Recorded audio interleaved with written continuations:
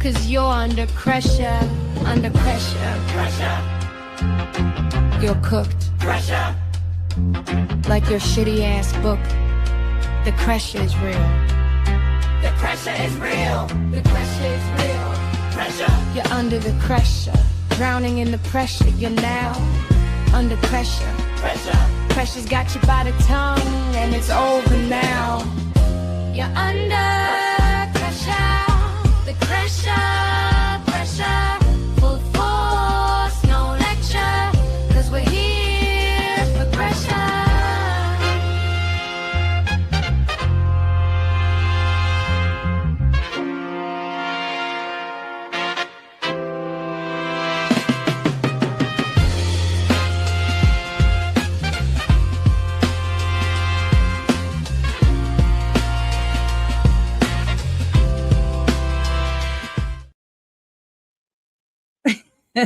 Hey everybody, what's going on?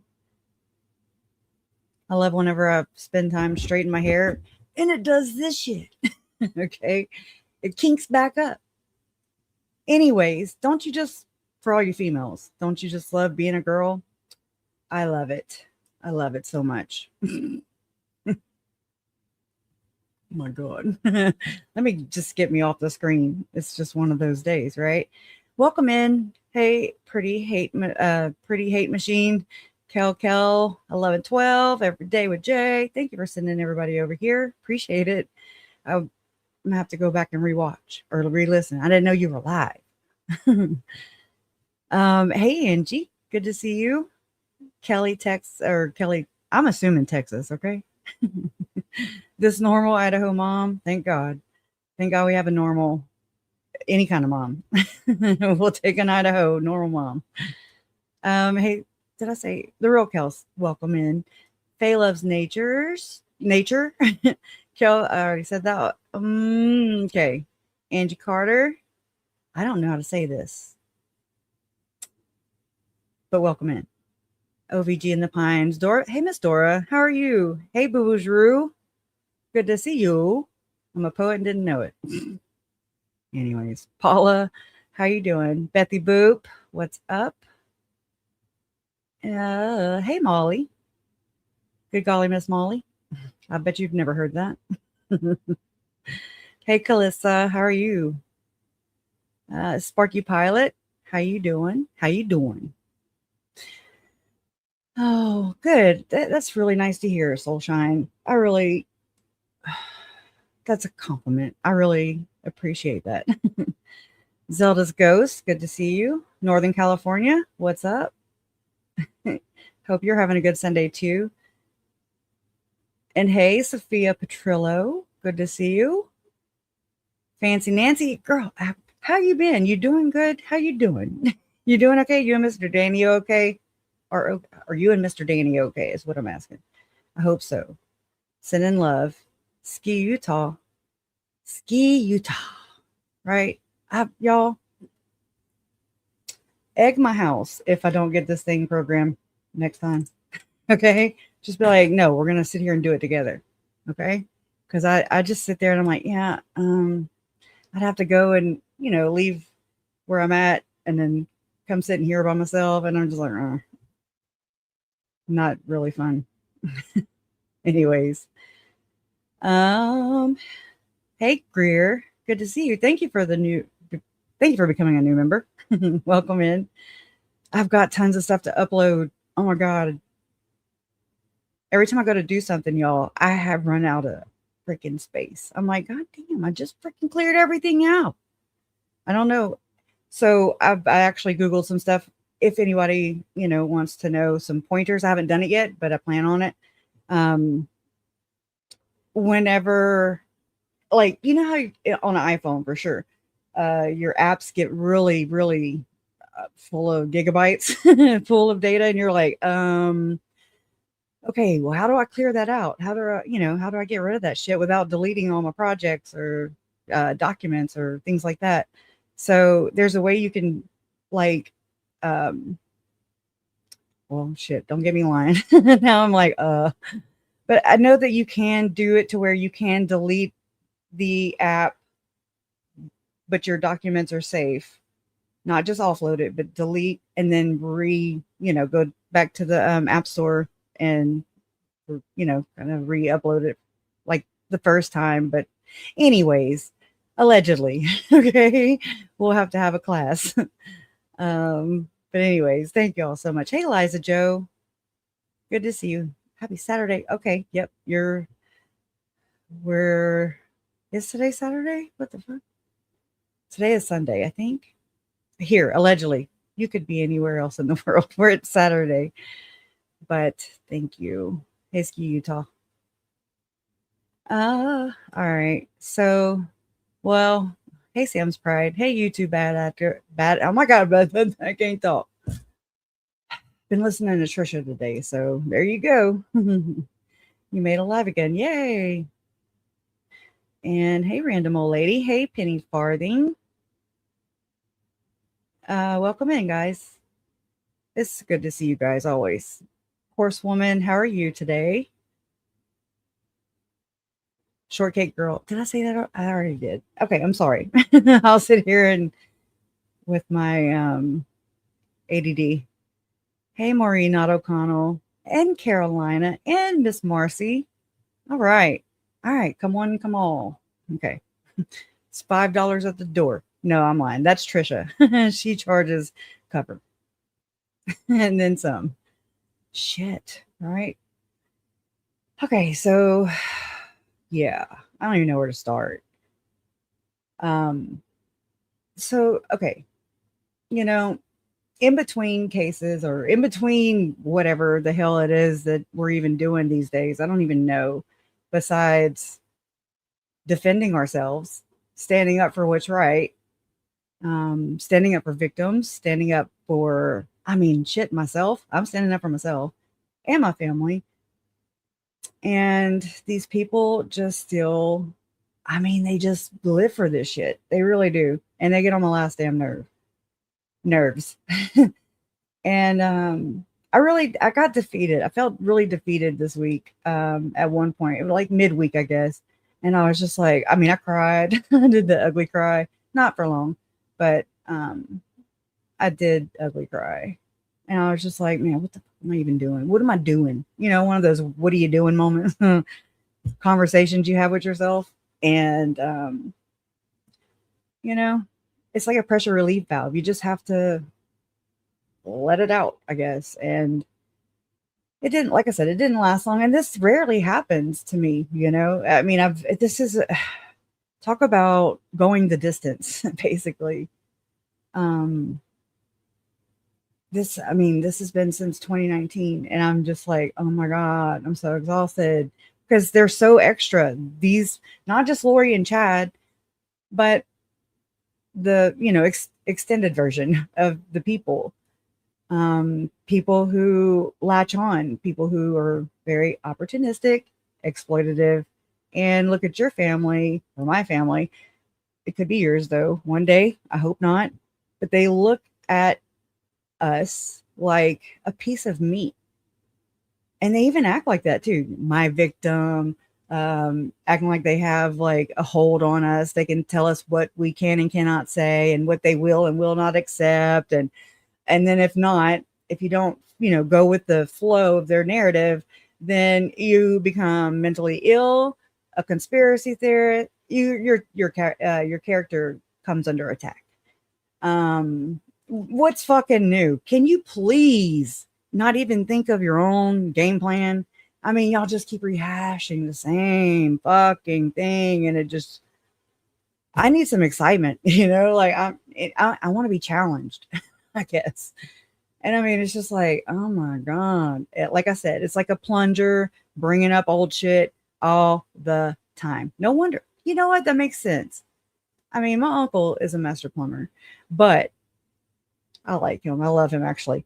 But Trisha and Stacy were both married to master plumbers. So there you go. There you go. Bringing up old shit. And it's just the same thing, same trailer, different part, same thing, different day. Right. Can y'all even have like your own thought? try to think outside the box. They'll say, oh, gotta think outside the box, as they're like copying that from somebody, and you're just like, okay, yeah. So whatever. I mean, this has been, and I learned about these these kind of tactics before, as I've been researching ritualistic abuse. This is what it's old as dirt. Same thing. What am I looking for? So yeah, I had a bing bong moment. And I'm so glad that like I didn't talk to anybody for a couple of days, because I was just like, I was like spazzing out. Like, oh my God, you could see the light bulb above my head. You could see all the connections being made, what's that meme with the lady and all the numbers and letters? that was me.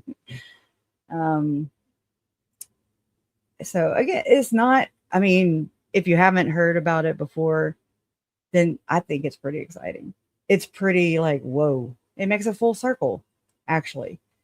And we still have to do some more digging. So, I don't have it all laid out.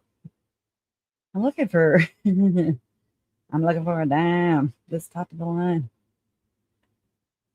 Okay. I'm about to just type it in. Let me just type it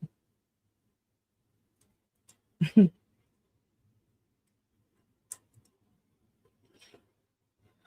Welcome in, everybody. Come on in. Okay. It's like I have it all set up on my other computer, and then when I get in here, it's like nothing the same. So anyways, I do it to myself. I only have myself to blame.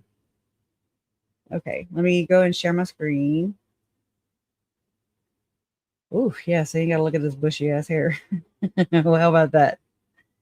Okay, so the other night, I was watching J is for Justice, Every Day with Jay, and I mean, I was just listening. It was a long life. That's how we roll around here. Okay, got a lot to go over. But there came a point where it was just like, holy shit. I mean, I saw Jay just like, oh shit, I mean, it was some oh shit moments, but it kind of explains, I think, or it could explain more of the connection between what even happened to Jay and Christina at CrimeCon. It could. It really could hold some water, You don't have to reach anymore, or you don't have to stretch and all that stuff. What was I about to look up? Oh, my channel.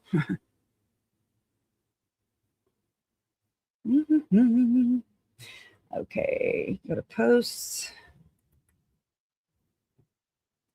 And all right, so let me try and explain this as soon as I get to it. All right.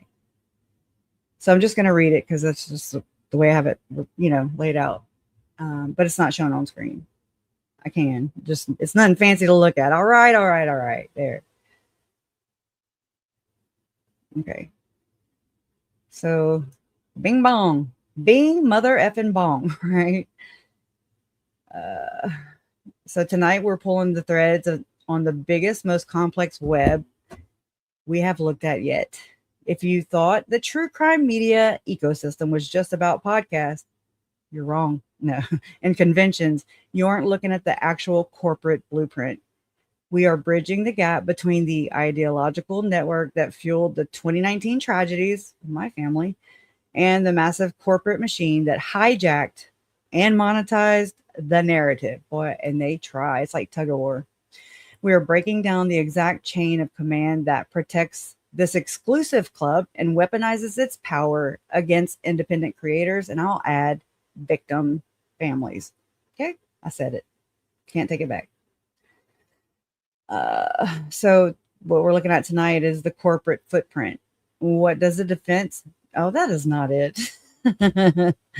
Y'all, I don't know. Okay, so like I was throwing so many things at my chat GPT at one time. It was like, oh my God. It it sighed, you know, it was like, oh my God, rolled his eyes at me and everything. So yeah, so that's not it. Actually, I need to show you the clip first. Yeah. So I don't lay these things out, okay? I was trying, this was a more relaxed one where I wasn't having to prepare so much, but maybe I should not do that. All right, so right around the it's really the 125 mark, but I'll just kind of play it a little ahead of that, just to give it context. That out. Lou's theory was somehow somebody in the family would have to plant DNA underneath, unknown male DNA underneath the fingernails, of the body, on the body of JonBenét Ramsey. Is that correct? Well, and to this day, we still don't know who that is. You know, going back to victimology, who did the Ramseys know that we don't know that was capable of doing that and staying concealed for almost 30 years? Bing bong. Bing bong. Bing bong. Who did the Ramseys know that we don't know that was capable of doing that? That's not the bing bong moment, though. This is just bing bong Doing that number and one, I staying guess. concealed for almost 30 years now. I think I mentioned this during the first episode that the Boulder Police Department always approached this as though there were 4 people in the house that night. John. Well, So it's he needs to stop interesting too doing when I that went on back and hand. played his numerous Quit that, Mr. Chris. Quit doing that. interviews at I'm calling it CrimeCon. out. Let me tell you something. He had the exact same answers, almost to the word. And as a matter of fact, I think I'm going to do that. I think I'm going to take the transcripts from all of his interviews that he's done and see how fucking similar they are, because the 2 I played from 2 different years at CrimeCon were like scripted. It was like the same words. I was like, These nuts. what are you talking about? These nuts. That's and one Patsy and Bert and JonBenét. And when they received the CBI report indicating that there was unknown male DNA on JonBenét's body, and the CBI report specifically ruled out John and Patsy and Bert, they continued on with this idea that it was one of those individuals that committed the crime, not the unknown male DNA that they found evidence of on JonBenét's body. And that was 1997. That's correct. That was almost 3 weeks to the day after the crime was committed. So in today's world, if within 3 weeks of a homicide, a lot of context. Brian Kohlberger, This is another thing that doesn't make sense. There's this supposed DNA, right? But he's saying, "Oh, I want it tested. I want it tested." I'll go get it tested. would they? And then you have Trisha. I'm throwing it all in because I mean, I just know the case mostly, the JonBenét Ramsey case. I know it mostly through, I mean, just kind of here and there. I've heard the most about it by Trisha, and good God. And she claims, and it's interesting because of her strong affiliation and ties to Othram Labs. And she's like, the DNA is a red herring. It's all about the Qs. The Qs have it. You know, she's wearing the shirt and everything. I mean, she starts like drooling and shit. And it's just like, oh my God. She started her web sleuth. Well, she didn't start it, but she bought it. And because of her obsession, her admitted obsession with the JonBenét Ramsey case. So it's like, just, you know, put that in your put a pin in it. They have held that back to the public, do you think? And I'm asking the audience. I think the answer to that is pretty clear. The answer would have been no. In fact, they released that information to the public once they identified who he was.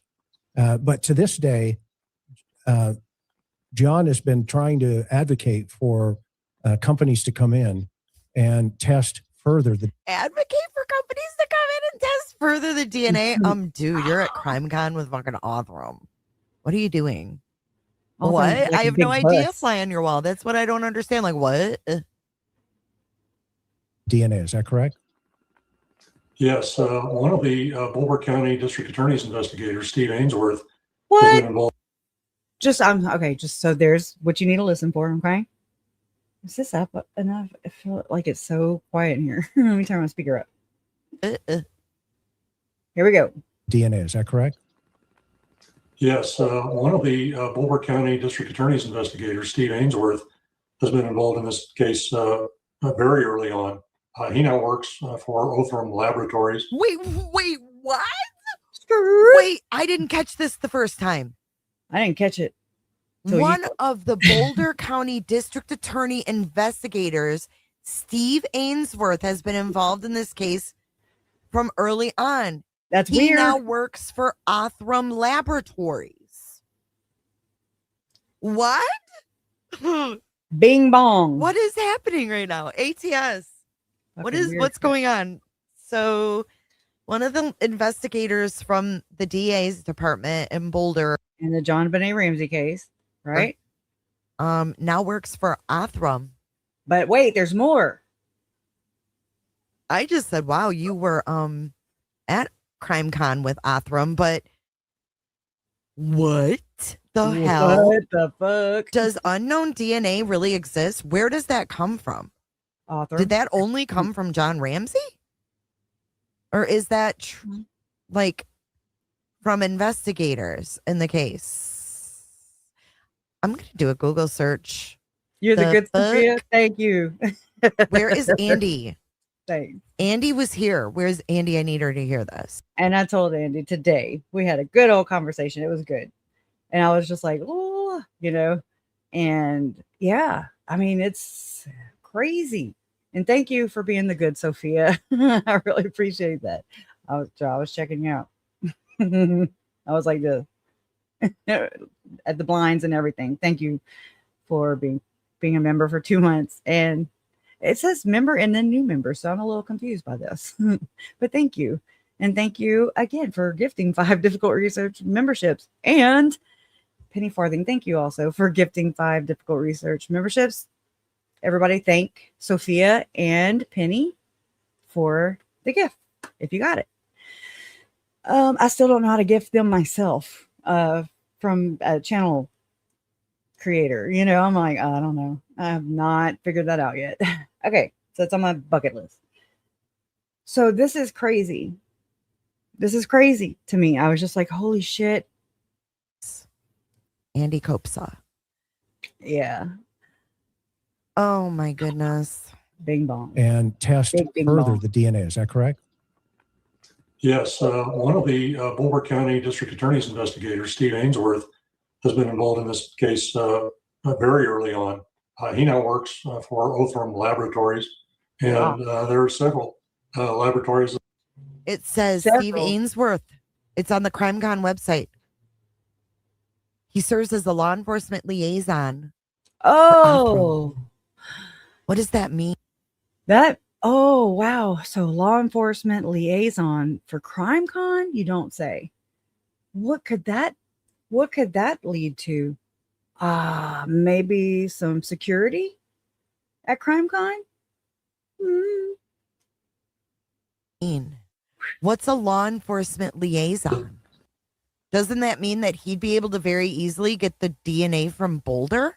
I was like, Jay, no, he freaking got Lewis. He got Lewis. Anyways, that was me. I'm glad you couldn't hear me because I was sounding crazy. If it was there? So let's take a little looky-loo, because I know you're dying to see him, right? Why is shit so small? So I was like, oh, good Lord, what kind of handle? He got a big old stash. And I was like, is it Major General? I don't know what the dude looks like. But yeah, I mean, I really haven't dug further. I can only handle so many connections at one time. I mean, because I sit there and, I mull through them. Like it led me all the way to the memorial where the kids were, they had their memorial in Idaho Falls. And only because of the Michael Carr connection and the JonBenët Ramsey case and the DNA and the false confessions and the DNA not matching Mark. I think his name Michael. I think I dated a Michael Carr, actually. Anyways, I was I was in middle school, I think.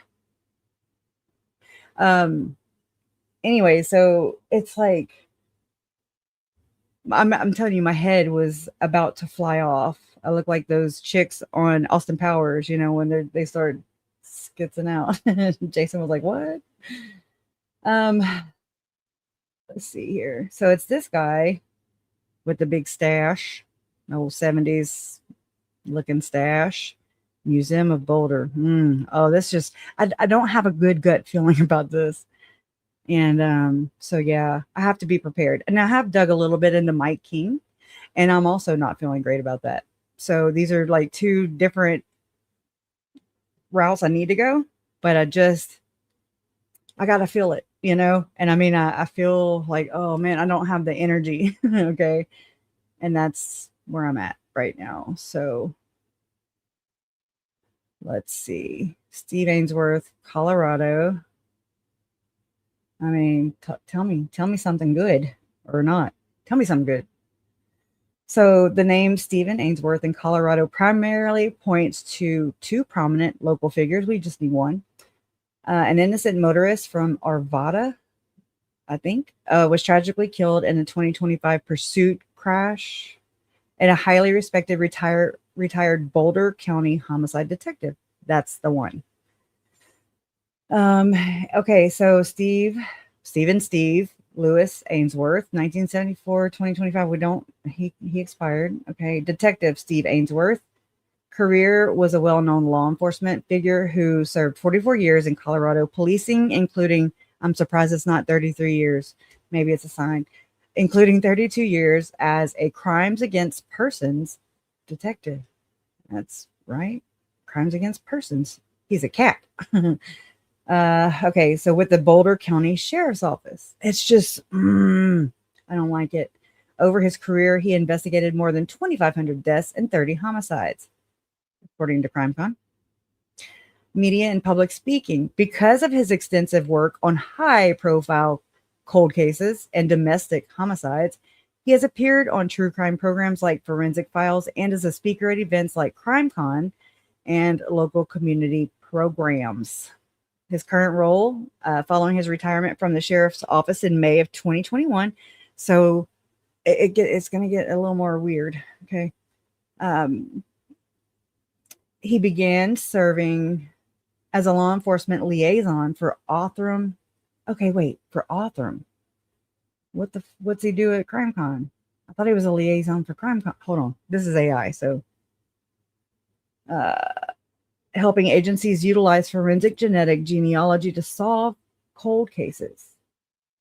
All right, which of these two? Okay, number two. We're going with number two. Oh, the second one. Okay. Let's see. Hold on, I pulled some other things up. So I'm gonna just kind of lay out what I did right. Okay.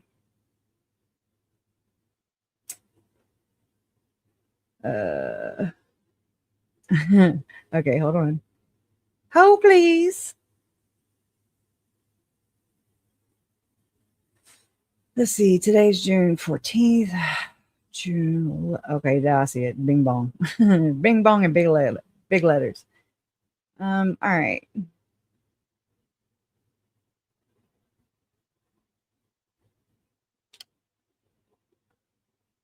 Okay, that's not it. It would be not the bing bong. In layman's terms. Let's do layman's terms. I like layman's terms. Got to get to the top of the chat.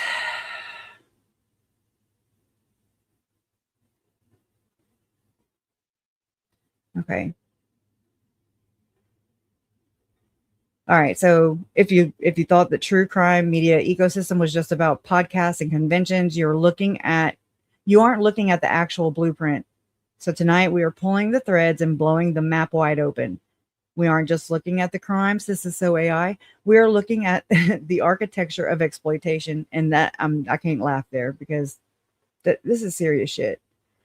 We are bridging the gap between the ideological cult that caused the tragedies of 2019 in my family, and the massive corporate machine that hijacks and monetizes the narrative.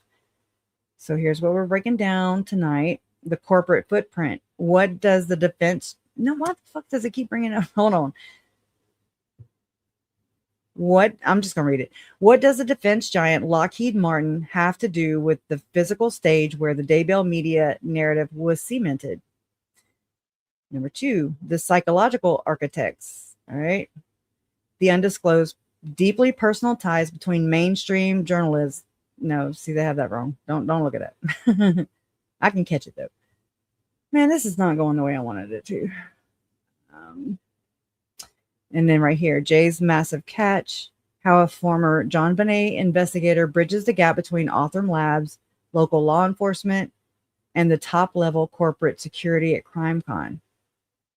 I mean, that's all in of itself. Steve Ainsworth is like a big deal. He's a big missing, well, not, he's missing no more, but he was just like a piece that was just like, oh, okay, I see what y'all are doing. So this is me planning, obviously. Sorry. This is exactly how to map it out, it says. So breaking this node down node by node will help your viewers understand how a corporate network can translate into real world targeting on a convention floor. Let me look. Okay. So Steve Ainsworth and the Boulder County Police brings decades of high-level law enforcement credibility to this network. He is heavily associated with the JonBenët Ramsey investigation from his time with the Boulder County Sheriff's Office as an investigator. The relevance, this establishes Ainsworth as an authority figure within the true crime community. His background gives him the power to command respect from both corporate executives and on-the-ground security personnel. Then we have Ainsworth, Othram Labs, and David and Kristen Middleman. So Ainsworth currently works for Othram Labs, a massive player in forensic genealogy. Othram Labs is run by CEO David Middleman, who is deeply embedded in the true crime media space. Media, right? DNA and media. Never would have thunk it. So the relevance of this is the connection bridges traditional law enforcement with the lucrative privatized true crime industry. Privatized. And it places Ainsworth directly in the orbit of major true crime figures and media companies who partner with Othram for content. You know what I'm saying? And then we got Big Trish. Okay, so the Web Sleuths connection, Trisha, Beth B. / Janet, and Middleman.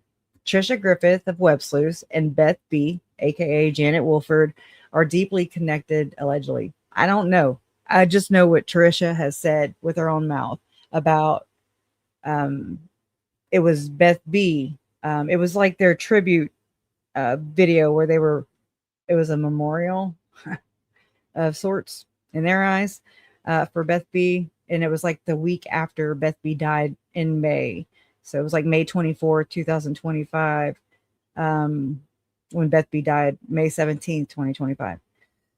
Okay. And so Trisha made it known that that's who hooked. If it wasn't for Beth B, Trisha wouldn't have met Othram, or, that wouldn't have happened, or that's for what I can remember. Let me know if you can remember more. But so I mean, we don't know that. I have not been able to find receipts for this yet. Just word from Trisha's mouth, which is a lot. Trisha Griff, okay, Beth B. Wolford are deeply connected to David Middleman through this exact true crime network. And you got to think Beth B. was a researcher, and you're like, what was she researching? Did she know the Middlemans from the universities? They did research, where they all got started. Trisha has leveraged her platform to build relationships with these forensic and corporate entities. And the relevance is that this shows how internet forum moderators and content creators gain access to high-level corporate and law enforcement figures. I mean, right, I guess. It solidifies the closed loop where specific creators, we know which ones, protect each other and share access to power in which they can, throw down your neck, your throat, basically. That's what they're trying to do. Number 4, CrimeCon's corporate ladder. The Balfi brothers. I'll never forget. It was Lindsay Hendricks who, and Love Always Truth in Jay's chat, you know, a long time when all this was just spinning out, you know, and all the information from the fallout from Lauren, John, Trisha, Megan, Joe Schmo, all these backstabbers, in my opinion. I mean, it's like, oh my gosh. So the Balfe brothers came up a long time ago, and I just really didn't know what to do with it. Red Seed Ventures, okay, you know, and this is whenever, you know, looking into this, not like only looking into this, you know, like I look in all sorts of different directions, you know, because I orbit, and that's kind of how it goes for me. And so it was interesting just to know that the Balfe brothers are connected to Glenn Beck. I mean, that's actually closer to Chad, Lori, Tim Ballard, you know, the people I would say closer in the more inner circle, I guess I'll say, of Lori and Chad, you know. So it's like, so if Glenn Beck's going to the same conferences, Tim Ballard's going to the same conferences as Chad Daybell, preparing the people, you know, these Book of Mormon evidence, these Firm Foundations, Firm Expo, they're all friends. And I know you're like, Glenn Beck does not fucking care about Chad Daybell. And I'm like, right. But I mean, I don't know. I mean, I was not there. I didn't, you know, I'm not like a friend monitor. I don't sit there and, you know, that ain't me. I mean, just saying, like, we don't know these things. We know Jason Mao. I mean, he's connected to some pretty, actually, yeah, it's crazy. It goes really deep. Just know that. But, and we'll go into it a little more. CrimeCon is operated by, by Red Seed Ventures, founded by Kevin and Chris Balfe. And they had an acquisition from Red Seed Ventures to Fox. Okay, so Fox does own CrimeCon. But the concept, and I want to say, you know, how could you really say that it was you founded? It's not a new idea. You know, the Kevin Balfe talked about how he was looking at the Comic-Con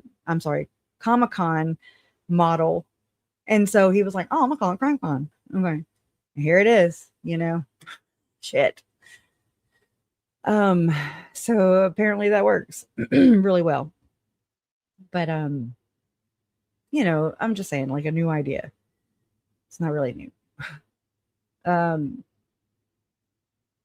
Okay.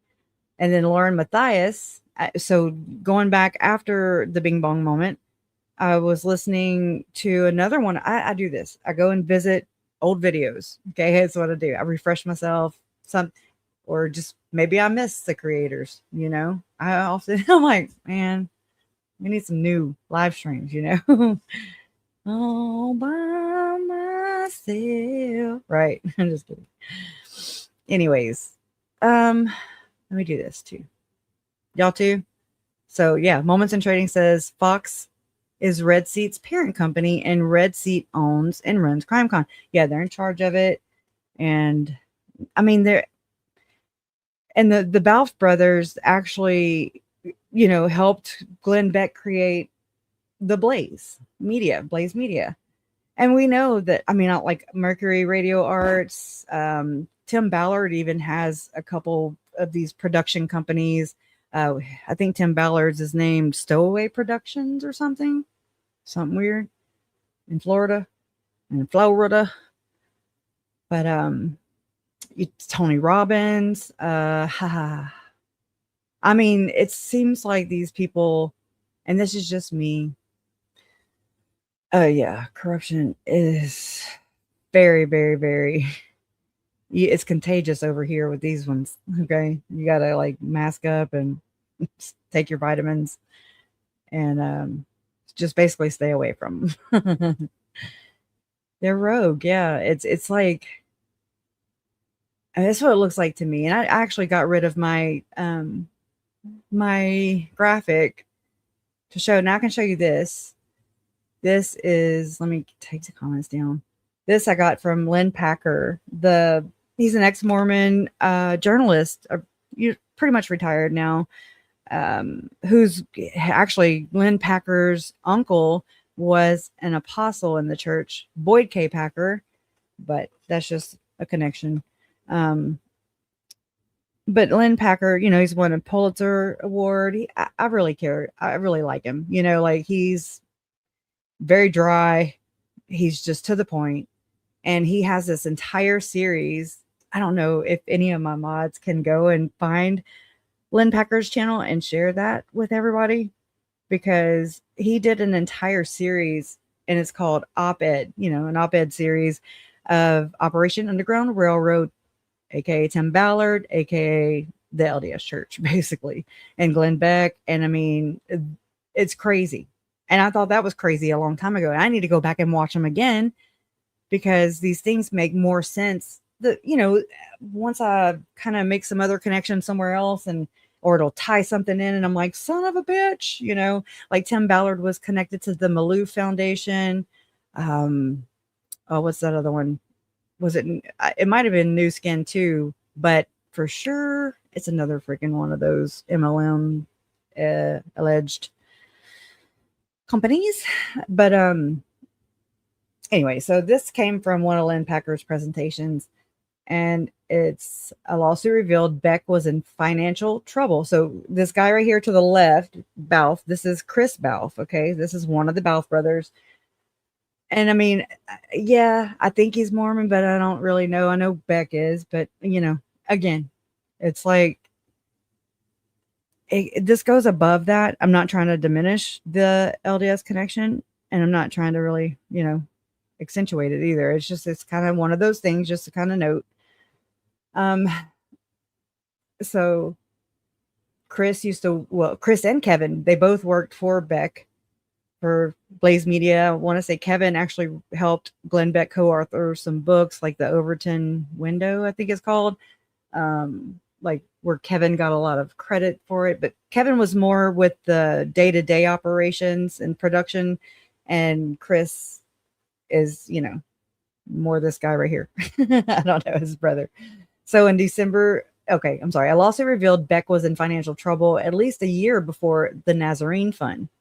Okay. I did a video on all this a couple years ago on all of the shared nonprofit organizations and for-profit, and how they are in, what country is that?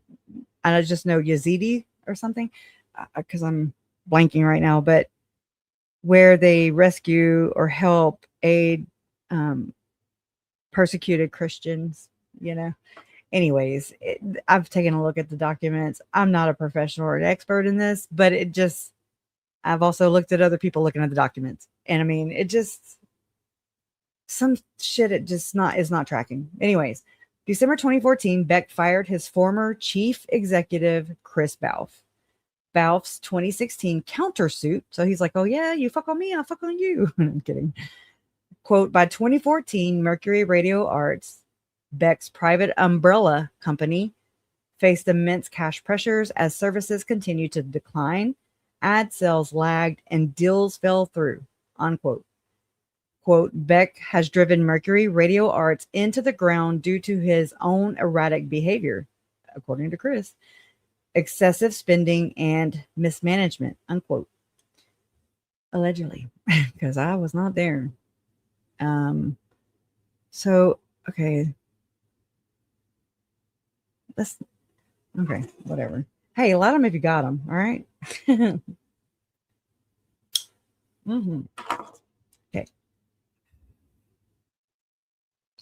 All right. Let me get back to here. Just know that.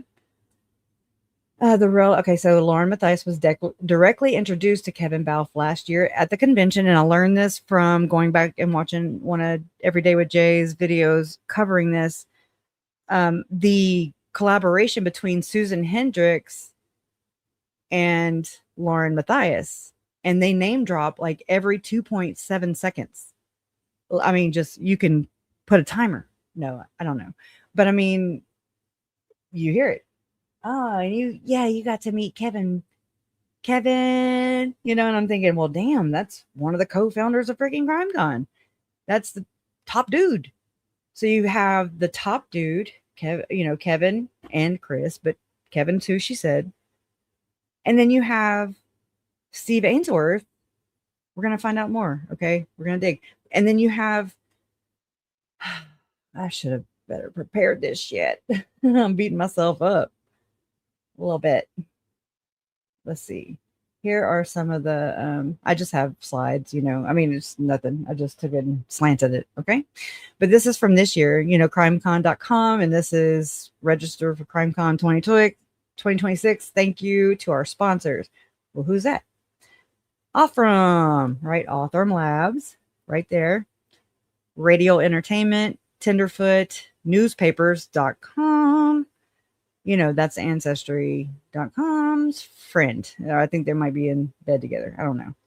But I mean, there's others, but like Fox is one of them.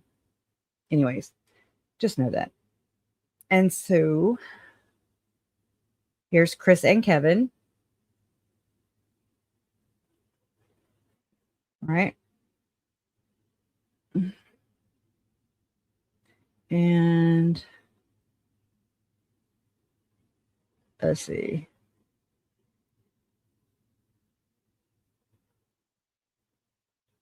That's my description. What the fuck, Grisha? Get it together, lady. Oh my gosh. I keep too many notes in one spot. In the same spot. How about that? Okay. All right. It's tiny, but. So the other night I was watching Jay's first channel, Jay is for Justice, as she covered the interview room with Chris McDonough and his interview with John Ramsey. Right there in the middle of the broadcast, a name was dropped that blew this entire map wide open. Steve Ainsworth. If you have been following along as we map out the true crime ecosystem, corporate ecosystem, you know exactly why this is a bombshell. I pulled together these notes, barely. I'm just saying, just being honest with myself. So we can all look at the board together. Here is how this entire closed loop power trip actually works. Think of the true crime industry as a massive VIP only corporate club where the event owners and sponsors pull all the strings. At the very top of the ladder are Kevin and Chris Balfe, who own CrimeCon. Then you have David and Kristen Middleman, who own Othram Labs, and they actually sponsor that entire event. Okay, and then you have, in a crazy twist that ties this all together, one of the Balfe brothers actually, listen to this, filed a change.org petition on behalf of Othram Labs, in 2022, to obtain the DNA from the JonBenét Ramsey case. Sorry about that. So this JonBenét connection is a massive piece of the puzzle because Trisha Griffith, she's admitted she originally bought the web sleuths for him out of her sheer obsession with that exact case. And then you fast forward to 2024, and the middlemans from Othram bought web sleuths. Okay? You just can't make this shit up. You cannot make that. You wouldn't know this by visiting web sleuths. Googie, God, got her ass tore up, chewed out by Trisha for asking, do you represent Othram? Holy, that's what sent me here. Okay. Was Trisha's reaction to that. I'm like, oh, nope. There's something there. We just got a hit, but okay. It's just wild. Where am I at? So fast forward to 2024. No. All right. So her obsession with the JonBenét Ramsey case.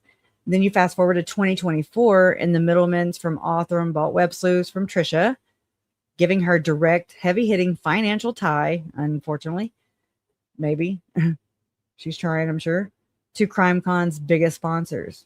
Meanwhile, back at the compound, Lauren Matthias secured her own inner circle power when she was introduced directly to Kevin Balfe last year, giving both her, this is what it looks like, allegedly, giving her and Trisha VIP access to the top bosses. Operating right underneath these bosses, okay, is Steve Ainsworth, who perfectly connects all these dots.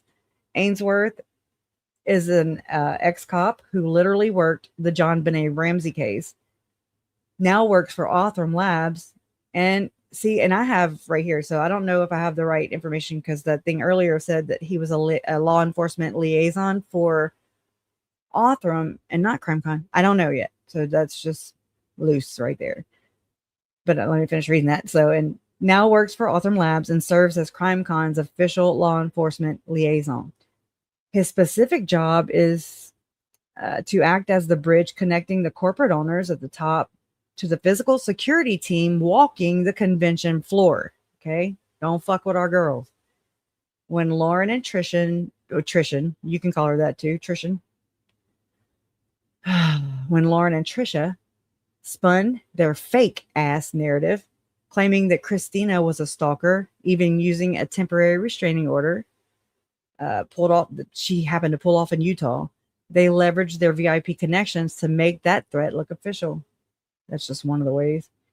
That false narrative could have allegedly and possibly been passed straight down the chain of command, flowing from the connected creators through Ainsworth and directly to the security team. I'm going to question Louis, Laha, you know, old dickhead Lewis, allegedly. This explains why lead security guard Lewis appeared to target, follow, and harass Christina and Jay at CrimeCon 2026 in Las Vegas. I mean, it's not like we believe this was just some random misunderstanding or breach in security that happened to play out in the middle of the CrimeCon floor, did we? No, we didn't. We're not dumb. So it looks, and this is my theory, okay? So it looks exactly like this exclusive corporate club weaponizing their private security guards as well, to intimidate and humiliate for challenging their lies on YouTube. And so I'm pulling all these notes together for us to break down even further. Make sure you're subscribed to Jay's channels and have your notifications on here, because the architecture of this machine is finally being exposed. There's so much more to expose though. And so much has been exposed. All right. So let's not do that. And I just that blew my mind, right? When you just kind of think about all the things that would have to go. I mean, before even, before this connection, it's like how, hold on, let me put this cigarette out.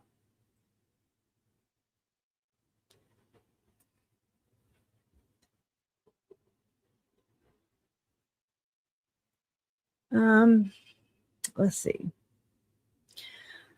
I don't know. It's just, to me, it makes a lot more sense about why it was security with Christina last year, security with Christina and Jay this year. I mean, it was just like, what? And that was just as an outsider looking in. That was from the comfort of my own home. I can't imagine. And it makes me want to cry, because it's like the objective was to humiliate and just, especially with them gifting, especially with CrimeCon reaching out to Christina and saying, here's some tickets. Here you go. And don't give them credit and say that they're free. They're not free tickets. I'll tell you that. Christina's already paid an ass load last year. She had, top tickets last year that got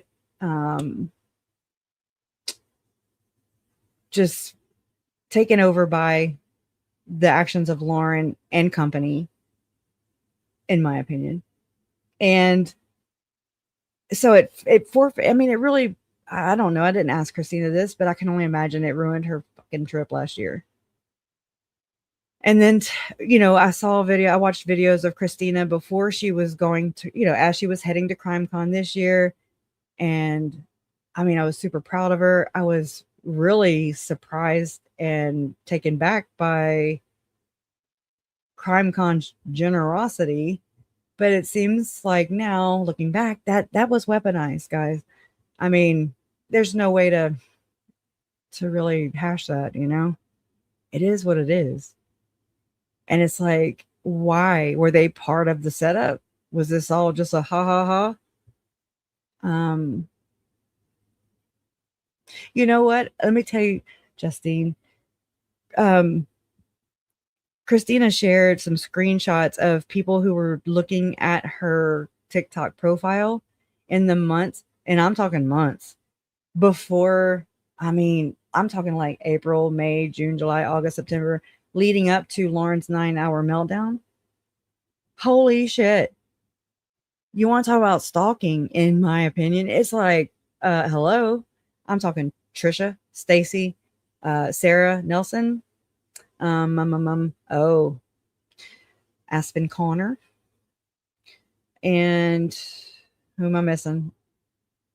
Did Grayson? I don't remember. But I mean, it's like, oh no. I mean, can you imagine what?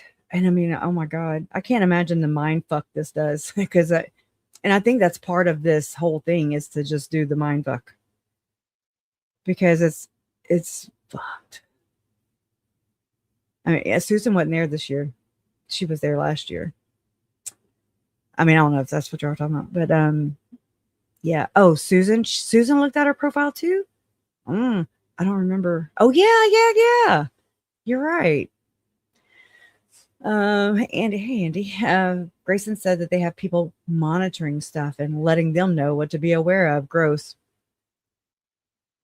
When are y'all gonna fucking grow up and like be adults and quit acting like the perpetual fucking victim? It's getting really, it's past old. Like, I feel bad for the children is what I feel bad for. I mean, oh my God. Yeah, I know, huh? Thank you for sharing that. But I mean, we are fucking scared. No, we're not scared.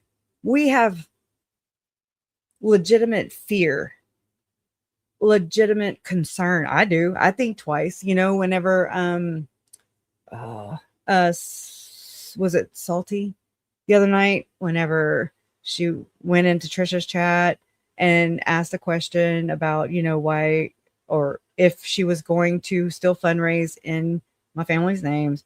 And instead of Trisha addressing Salty, Megan Connor popped up and she's like, nobody gets to tell us how to grieve. Ain't nobody telling you how to grieve. I'm just saying you can do it over there without using my family. Okay, thanks. Okay? You're not going to use it for benefit, use them anymore for your benefit, for whatever the fuck they're doing. I just know it ain't right. You can't be like shitting on all of us and then be like, oh, the victims. No. Okay, we see right through that shit now. I can't believe I didn't see it sooner. And I beat myself up about this shit. Not too long, but I mean, it's like, oh my God. I don't understand it. I can never treat people this way. Oh, please kick me in the head if I ever do this, please. Elizabeth, excuse me. But Grayson was scared, shaking in her shoes when CrimeCon approached her. For what? That's your pals, your buddies, it's your compadres. We ain't nothing to be scared of. We scared of y'all. What y'all crazy asses. I mean, look, I did do this too while I'll say the girls were at CrimeCon. And so Jay gave me permission to, just like if she was live, then I could jump on her live. Piggyback is what I called it. It might be some fancy term, but anyways, so it's like we were able to kind of, piggyback and check it out. And the day that this was after, did we already know this? Yeah, this was after they went to go pick up their badges, were pulled out into the hallway in front of the people, all the people in there too. It's like, y'all remember going to school and being pulled out. I've been bad before. And, being pulled out in the hallway, and then you go back in and everybody's like, Anyways, I got whipped one time in the principal's office. I sure did. But I mean, who is stalking Christina? All of them. All of those people, allegedly. all of those that are against Christina that tried to put her in prison for what, up to, what was it, 10 years per charge, 5 charges, blah blah blah. I don't know.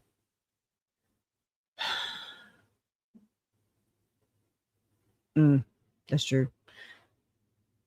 John and his, oh, I can't read that. Okay.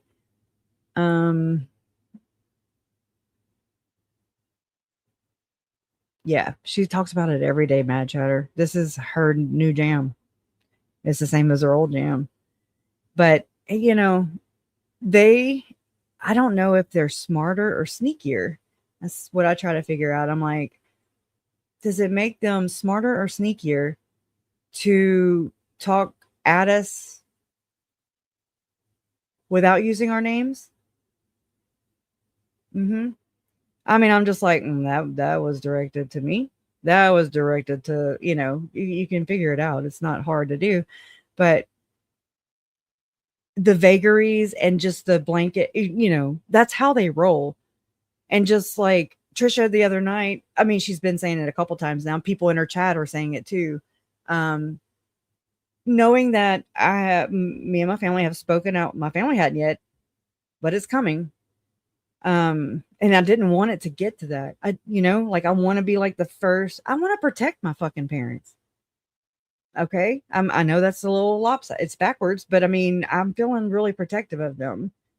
And it's like, what I say is backed by, them. And so it's like, it should fucking count, Trisha. It should be enough. I don't think I have to do a dance or, for peanuts or just, to whatever I'm not going to just be a puppet, like I'm not going to sit here and do all the things that she's demanding when she has never done anything except stab us in the back and then going to sit there and play like we are just so crazy for this is just outlandish. Who wouldn't want to raise money for JJ's school is what she's saying. Everybody wants to raise money for JJ's school, but I dare you to fucking touch it. I dare you, Trisha. A double dog dare you. A double dog, and I'm laughing out of just nervous. Like it's either because I'm pissed. That's why. Okay. I don't understand. It's control, and this is not the first family either. Read on the internet. You will find others just like me and my family. We're just this group, this generation, I mean, I'm talking restraining orders. I'm talking against victims' families. Okay. That is so fucking gross. And it's a pattern of behavior. And shove that up your ass, Stacy. It's a pattern. Okay. When you start showing your face, I'll start showing you some fucking respect. Okay. Anyway, or don't. Yes, never mind. Don't. We're good. Yeah, we don't know it gets there. We don't know. And I read about this, last time I was live was like, Thursday, I think. Wednesday or Thursday. And let me go grab it. I'm gonna grab it because you need to hear it. I think so. I hate hearing myself talk, but that's all I got. Let's see. Let me get to it, and then I'll slide it on over.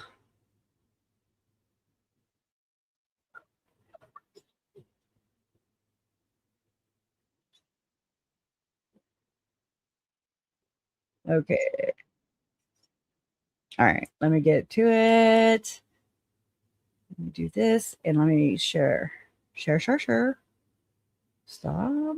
Go. Yeah. Rah, right? I know. Same. All right. One thing that is common among all bullies, even if they're like teenagers or adults, We don't have the same definition. they're mentally ill. They're mentally ill. They have very I'm not a deep bully, issues so we about know. insecurity, and especially adults. They don't have the empathy, frontal Adults. lobe issue. They have an issue with their frontal lobes. They don't have the empathy because My if they frontal did, lobe is so they heavy. would not My head. cyberbully because they would know how horrible it is. I wonder And why they do that, though. cyberbullying, Hey, ATS News. it can mean a lot of things. All right. No, it Anything on the can't. internet. It could be emails sent to somebody saying horrible things. Thank It could be something you. on Reddit because Reddit allows cyberbullying. I see it all the time. That's because they have a snark page about web sleuths, by the way. And So she's like, they, "No, I mean, don't tell the this truth." is so gross. This is so gross what they do, man. Like, so everything that she's saying, of course, applies to what they're doing and saying. I mean, it's so, the Frontal projection, lobe. man. I learned about projection with Lori and Chad and that whole group. Justice for the frontal lobe. And how they treated people and what they would say. And I mean, when you realize, or when I realized, watching Lori walk into that courtroom, that's just so profound for me. That's why I repeat it, because it's such a pivotal moment for me. Because here I was in Southwest Louisiana, and my parents were, they flew to Idaho because Lori was extradited from Hawaii to Idaho. Her first court date, in those orange and white stripes. And she just walked in with her head up, her shoulders back. So, I mean, she was so confident. Her chin was up, her nose was up, right? Because she's always looking down at people, much like someone else we were just, speculating about, with observing familial to Lori Megan, I mean, can we just stop and just tell Maury that she won the internet? Because only someone with a missing frontal lobe would think insisting on using victims' names against family wishes is a good idea. I don't feel like finding that little thing. Okay. Yeah. That, Trisha. Take notes. Take notes, Trisha. Stacy, do something. I mean, they look down on people. Thank you. And they're the smartest person in the room. They know everything. And we don't. And so we weren't there. Lori has made that very clear, even, especially with Colby. You might have to share it with Moments in Trading. I haven't read it all yet, but every serial killer says they were bullied in grade school. This proves that grade school bullies have an amazing ability to predict who will become a serial killer and a psychopath, allegedly, in my opinion. All right. Oh my gosh. Was not there. Good one. And so we don't know what happened, but she does. She's the know all be all. Sounds very, very reminiscent of Cousin Megan. It's not enough though, Elizabeth. But yes, thank you. It's control. I'm telling you. Oh my gosh. I don't want to say your name. Aussie, Cheryl, and Amanda. Thank y'all so much. It doesn't really alert me, or if it does, I have my notifications. Thank you again. Very, very much. Appreciated. It could be, there's YouTube videos YouTube is full of cyberbullies and they don't do anything about it. And we know. Again, it can be relentless. And I just want to protect any future family members from stumbling across Trisha, Lauren, getting in their claws, in their grip, because they're aligned with people. I mean, they went to CrimeCon, where victims go, and alleged professionals and experts Welcome go aboard. to talk about crime, how to best deal with crime. Welcome in. And so they put themselves, of course, I mean, they say, a pedophile will be around schools where children are. I do have a very serious question though to Justine. I know, right? It sounds like a very what am I trying to say? A very civil thing to do, right? Just crush email her. And I mean, sure, I can. I also watched these people frame an innocent woman of being a stalker, and they were ready to throw the damn book at her. And it's like, maybe that's more for my mom and my dad to do. I don't think I want to be the one doing that. I don't want her to say, she's harassing me, like I'm good. They're just, because there's some shit that she even posted over the weekend that's even more gross and more targeting, concerning to me. It's like, I'm saying it out here. Yep. I'm saying it out here publicly. Yeah, that's what we know publicly. Yeah, we don't know what was going on behind the doors, you know. But I mean, I'm doing everything out here in the open. People can listen and then they can go over there. And I mean, she is doing it the way she's doing it. Well, how come she can't just stop?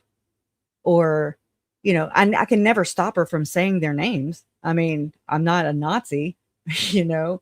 I'm, you know, and I'd use that word because Trisha said that maybe she was Hitler in a past life. So I'm just putting it out there.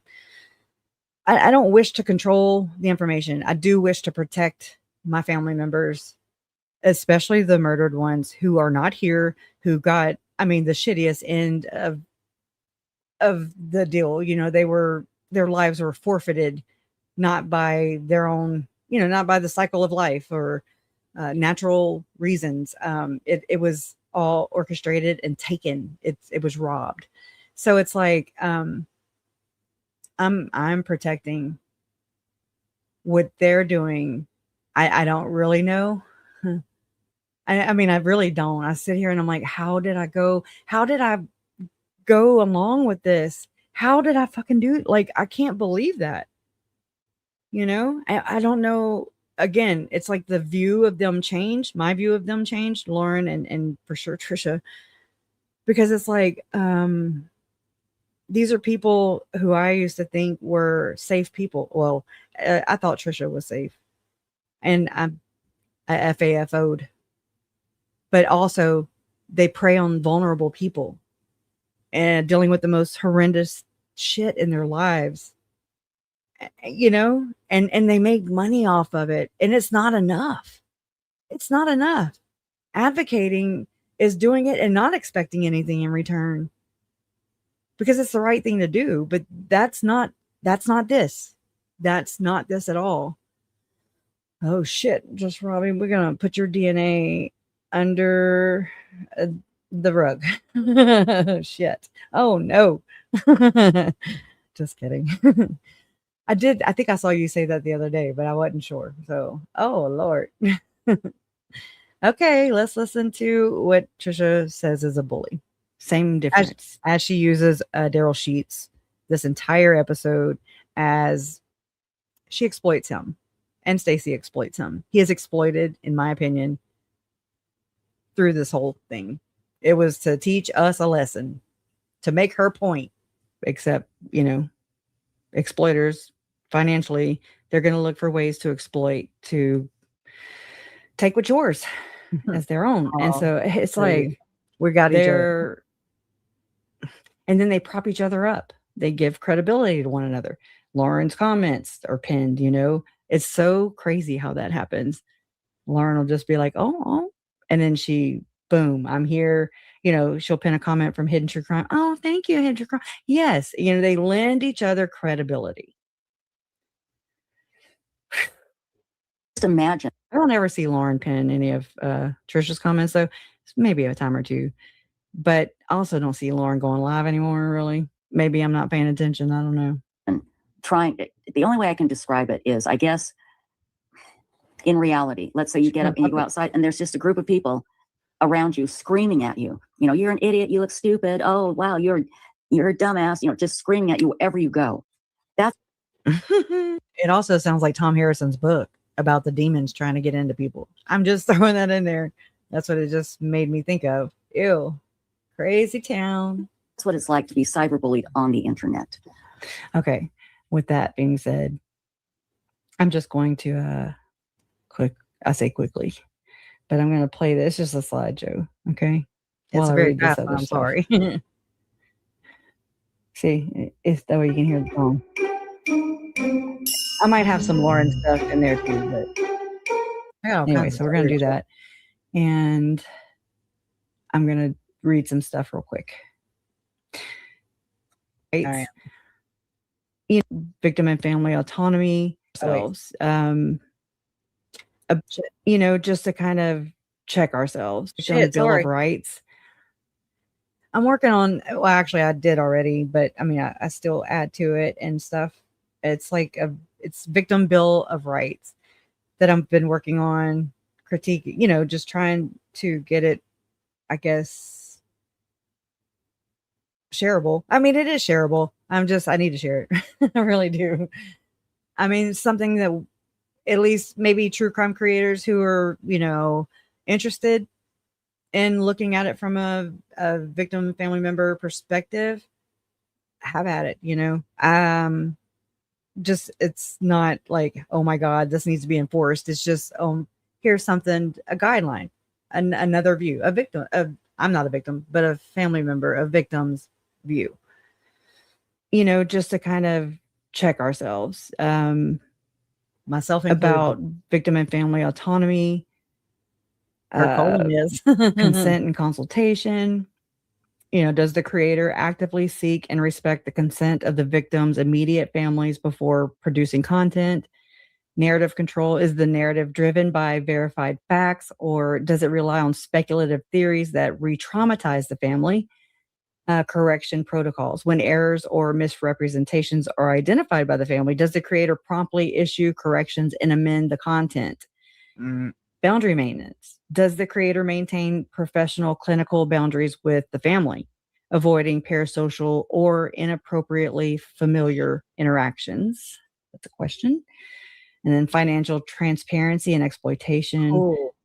Monetization disclosure. Is it explicitly clear how the creator is monetizing the tragedy? Example, ad revenue, sponsorship, Patreon, end of the world live streams, celebrating your family's murder. Direct benefit. Do any of the proceeds directly benefit the victims' families, recognized charities, or related advocacy groups? And is this documented publicly? Yeah. Fundraising ethics. If funds are raised in the victim's name, is there a clear, transparent accounting of where every dollar goes? It is. Anyway, so Nana was right. What I'm gonna go through right now is taken down. It was taken as a deleted episode by Trisha recently. So Me too. It's based off the transcript. Tell me again. That I captured before that disappeared. And it wasn't long ago. It was a transcript of a live stream that Trisha did. And it was about Scott Peterson, not the one she did last night, but it was a couple of weeks ago, maybe a month ago. It's hidden behind a paywall. I'm trying to remember. Or not a paywall. Was it April? Hidden behind her wall. March, April, May. I don't know. It was, more recent, I guess. And so based off of my investigative perspective and audit of the transcript, Trisha Griffith and her executive producer, Stacy, display a complete lack of self-awareness, and they combine a staggering indifference toward violent crime victims with calculated narrative manipulation. Okay. Sorry, my voice is starting to go. When their financial interest, personal clout, or at that point in time, it was upcoming CrimeCon vacation are on the line, victims' names are reduced to conversational props, placeholders for fundraising hype, or straight up comedic punchlines. It was Bethby. So the analysis below highlight the specific instances of flippancy, memory failures regarding victims, and psychological manipulation throughout the broadcast. With the footprints. We still need to go over that. Web of spook. Web of spook. It's a hypothetical story. I just realized that I might have to. I guess I can't loop it. I don't know. Hold on. Looking for options. Where I was quickly. Okay, so number one, exploiting child murders, or sleep stream marketing and casual memory gaps. Goes way too fast. Timestamps 30 minutes and 38 seconds to 31 minutes and 59 seconds. So, I mean, if we ever have to get to deposition, and discovery, if we're ever sued or anything, these things did exist. They know where they're at. So, I don't have the video to show you, but Trisha uses unverified gossip about the Daybell case as a sensational hook, shouting to her audience, "You're gonna die." She was laughing right before there. Immediately pivoting to market her upcoming 24-hour voyeuristic sleep stream. The transition from real-world atrocities to her own vanity project is completely fluid. And then the flippancy. She sits on a couch, hyping up an event where her audience can pay to watch her sleep. casually Mm. rattling off the names of murdered children and family members like a grocery list that she probably wants you to pay for. The like it. disrespect. She explicitly demonstrates that she treats these victims as an interchangeable collective, stating on mic, quote, Charles Vallow, JJ Vallow, Tylee Ryan, Tammy Daybell, and I think Joe Ryan is one of them too. I really do. And I hope I haven't forgotten anybody. It's hard to remember all of the victims in the Daybell case, unquote, wants to remember Trisha them, though. Griffith. Mhm. For someone who claims to be a professional advocate and the godmother of true crime, stating that it is hard to remember the individuals whose brutal murder she has built her platform on is incredibly callous. Then there's the financial manipulation. Trisha attempts to wrap this sleep stream in a cloak of charitable giving, but accidentally tells on her own historical lack of financial transparency when she admits, quote, all any money we get goes directly to whatever charity we pick. Yeah. We do that every year. Now, I'm not sure if I did that the first year, because the first year I just threw it together because I didn't know what to do, unquote. She can't Trisha remember. Griffith. She openly confesses that this memorial broadcast began simply because she ran out of content ideas, and she cannot even verify if the initial funds collected under the names of dead children ever made it to an actual charity. This is who we're dealing with. Number 2, the gross romanticization and humanization of Lori Vallow Daybell. So some of y'all, if y'all watch this stream, it'll start clicking. And this is timestamps 37 minutes and 4 to 38:47. Trisha introduces an unverified jailhouse rumor that Lori Vallow Daybell is teaching parenting classes instead of handling the subject with the gravity required for a woman convicted of murdering her own 2 children.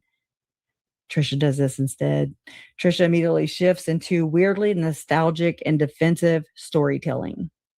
The manipulation behind this, she's normalizing a child murderer by comparing her to the neighbors that she grew up with by stating, quote, she was one of those LDS moms and I grew up with them. And I loved the moms that were like this that I grew up with. They knew how to make things.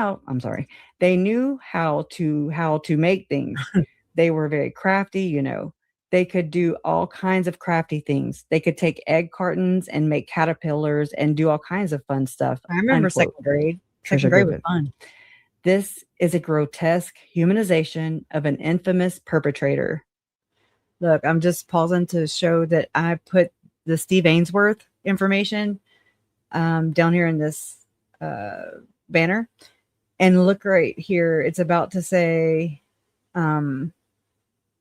well, just look for the Wyoming Coroners Association and the Indiana State Coroners Association. Oh, wow. Crazy. All these connections. All right, let me push play. Minimizing Lori Vallow's legacy down to being a crafty mom who makes caterpillars out of egg cartons completely erases the horrific reality of what happened to Tylee and JJ. It shows a severe lack of empathy for the surviving family members who have to listen to legacy creators talk about the perpetrators' quote, sweet, crafty nature, unquote.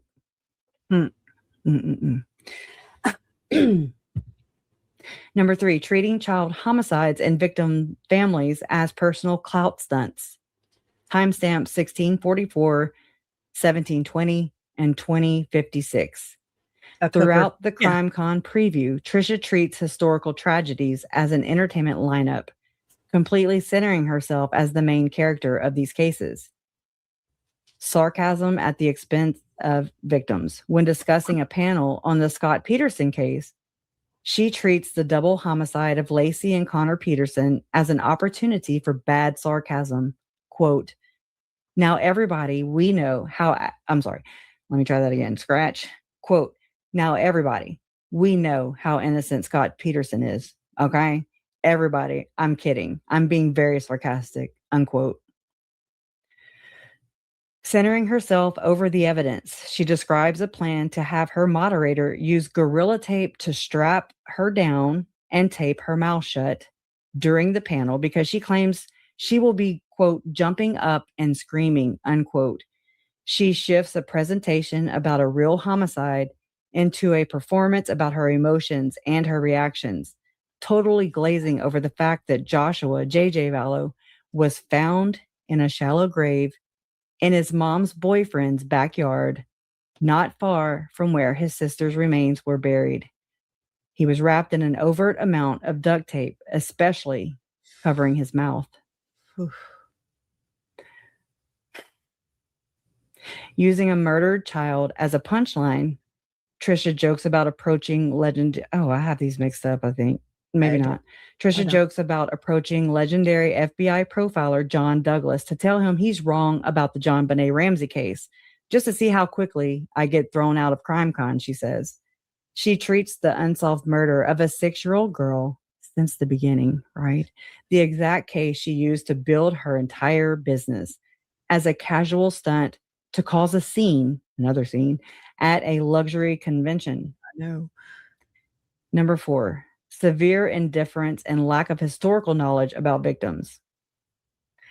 I've heard stories from people who have worked with her. Who have stories.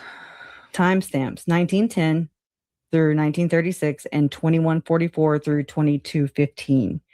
Despite claiming that web sleuth is an elite investigative asset, Trisha shows that she cannot be bothered to remember the baseline facts of the standard cases she profiles unless a co-host or moderator handles the information for her.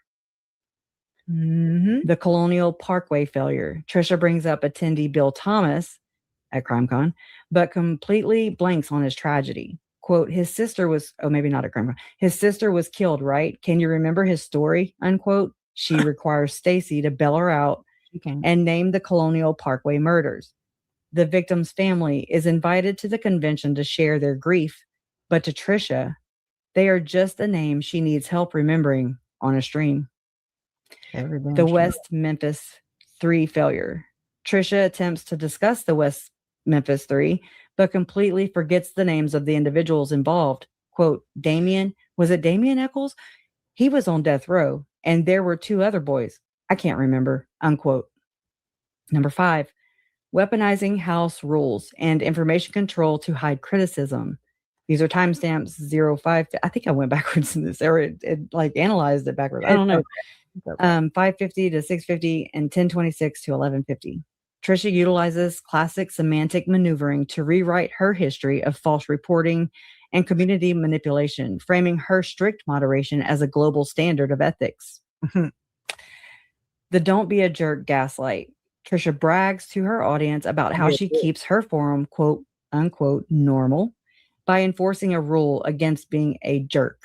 In reality, this information control is used to systematically silence longtime followers who ask questions about her financial history or past lawsuits, or even last night, y'all, we had a few come in here, Salty Sleuth being one of them too, who questioned, Trisha, but was answered by Megan. Okay. And then blocked. Why Trisha was continuing to do this, raise money in the names of, Tylee, JJ, Charles, Tammy, and Joe, even though we're not approving. Okay. Trisha also answered too, I think, is what Salty said about, I don't know. or somebody did, about I need to email her. No, I really don't. You know what's going on. She knows what's going on. This ain't her first She just wants me rodeo. to jump through hoops. Why? So she can have control or get me contacting her so she can say I'm stalking her. Fuck that. I'm good. Then there's the private living room metaphor. When Stacy brings up complaints that web sleuth is too restrictive from comment section, Trisha snaps back with a classic defensive posture. Quote, you can't come to my house and stand in my living room and start screaming whatever you want. We are a private organization, unquote. Who's we? She deliberately conflates legitimate fact-backed criticism about her ethics with quote unquote screaming in a living room by labeling critics as trolls who lack empathy and are just looking for clicks and views. She completely avoids answering for her own documented behavior, her own well-documented behavior. Thank you, Jesus. including swiping deceased citizens' phones, putting them in stuffing them in a Faraday bag, and using server funds to cover personal bills. That ain't good. Trisha concludes her advocacy segment by pointing at the camera with her, it says, cosmetics, which was actually lip gloss, stating, quote, "When I use my lip gloss to point, I'm serious, people," unquote. This final image perfectly captures the entire web sleuth's ethos. Serious multi-decade tragedies reduced to a superficial aesthetic prop for her camera performance. And that's it. But I mean, it brings me back to that point of where she just said, and this was it, the stream. Hold on. This one right here. I'm going to bring it back a little bit. Horrible it is.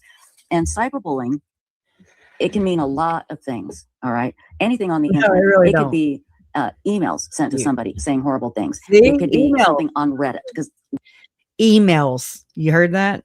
I'm good. I'm telling you. I called that earlier. cyberbullying, it can mean a lot of things. All right. Anything on the internet. It could be emails sent to somebody saying horrible things. It could be something on Reddit, because Reddit allows cyberbullying. I see it all the time. It could be, there's YouTube videos YouTube is full of cyberbullies and they don't do anything about it. And, again, it can be relentless. And just imagine the only way I can describe it is, I guess, in reality, let's say you get up and you go outside and there's just a group of people around you screaming at you. You're an idiot. You look stupid. Oh, wow. You're a dumbass, just screaming at you wherever you go. That's what it's like to be cyberbullied on the internet. Everywhere you go, those voices are screaming at you and throwing things at you. And that's what was happening to him. But also he claims this guy, showed up at his shop and caused problems at his shop. And the things I've been reading about what he went through was horrific. Allegedly went through. Okay. Like they exploited Daryl Sheets this whole episode. That was the whole agenda, in my opinion. And apparently Trisha spoke about it again tonight.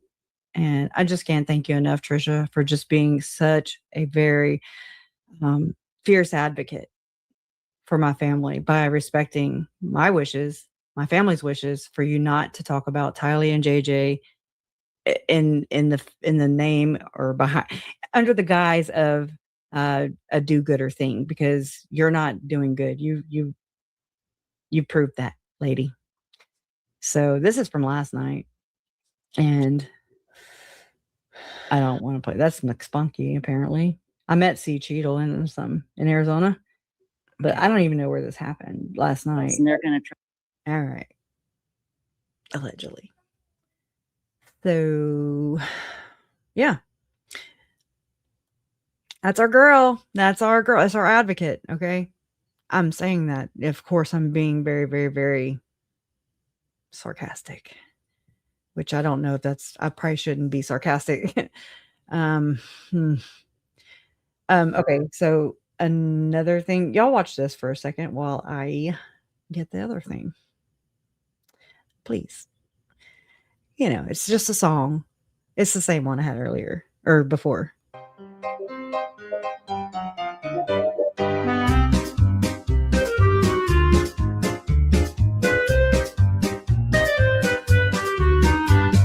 Welcome to the database where the pixels never sleep. We trade in digital trauma and the secrets that we keep. I sold the soul of sleuthing to the genome processing crew. Now I'm the guru of the grid and the face of the breakthrough. No wild speculation, just a blueprint for the press. Cashing in every headline and the victim for the press. Cashing in on every headline and the victim's distress. Monetize the murder, monetize the fear. We're building up an empire and the coast is finally clear. From the biggest booths at CrimeCon to the screens in every home. We're the kings of the pathology in this digital dome. Dee-dee-dee-dee-doo-da-bang, ding-dong, ding-dong. Everything is right because the profit isn't wrong. The lab coats and the tech heads got the biggest booth in sight. They're dodging every ethical complaint. They're dodging every ethical complaint to make the profits right. We manufacture stocking for the cameras and the clout. We manufacture stocking for the cameras and the clout to distract from the exploitation that we're really all about. A gang of media hounds in the convention center maze, exploiting human tragedy in a glossy neon haze. My phone is glowing blue, a message from the afterlife, a ghost protocol breakthrough. The screen is screaming, I say okay. Now a dead friend is watching every move I make today. Wow. Right? The knuckles on the wood. The boogeyman is here. He's coming for the neighborhood. Monetize the murder. Monetize the fear. We're building up an empire and the coast is finally clear. From the biggest booths at CrimeCon to the screens in every home. We're the kings of the pathology in this digital dome. Dee-dee-dee-dee-doo-da-bang. Ding-dong, ding-dong. Everything is right because the profit isn't wrong. No plates Oh in my! I front. should have done that. I should have done In that one. this state, Daphne, is that you? You're far too late. I've got the data. I've got the clout. You can't lock the ghost of the sleuth guru out. Watch out, Trisha. He's at the door.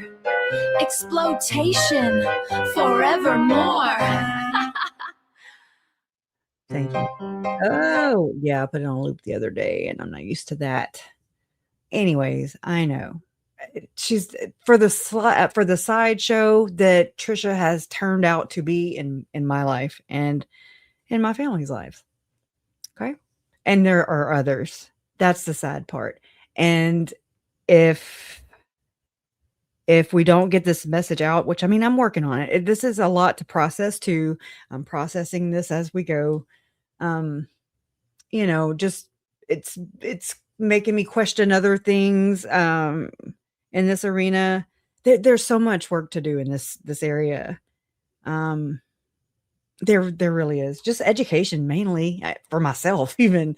I mean, this isn't, I was like 40 whenever all this happened in 2019 and it was like, oh, okay. I didn't even know what exploitation really was as far as like sharing your children online, things like that until Ruby Frankie and Jody Hildebrandt happened. And I was like, oh, okay. So, I mean, these are things that I think, that I thought about. Why is Megan not doing that? Why is she like, yeah, life coach? Anyways, yeah, rhetorical, I guess.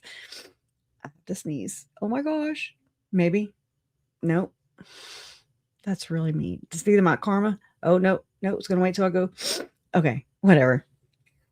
Oh my God. Thank you, Faye. Oh, thank you. You're amazing too. Keep going. We are here with you and support you. I really appreciate that. And I really feel it. And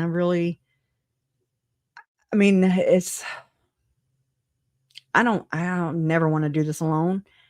I don't think of all the things by myself ever. It's a community. It's a village. It takes a village. I'm telling you. That's what I've learned. Oh, you always feel nausea before sneezing? Oh, wow. This is wild, huh? I mean, and I want to know if there's anybody that has been, is on this side of crime, so to speak. Have you found yourself being a family member of a murder victim or victims? And I mean, I want to know what you think. I want to know your thoughts, your questions, and just know, I really want you to know that you have a platform here. Okay. I don't want anything. I don't even know where to go. And I've kind of been like, actually, not kind of, I've been like this the entire time.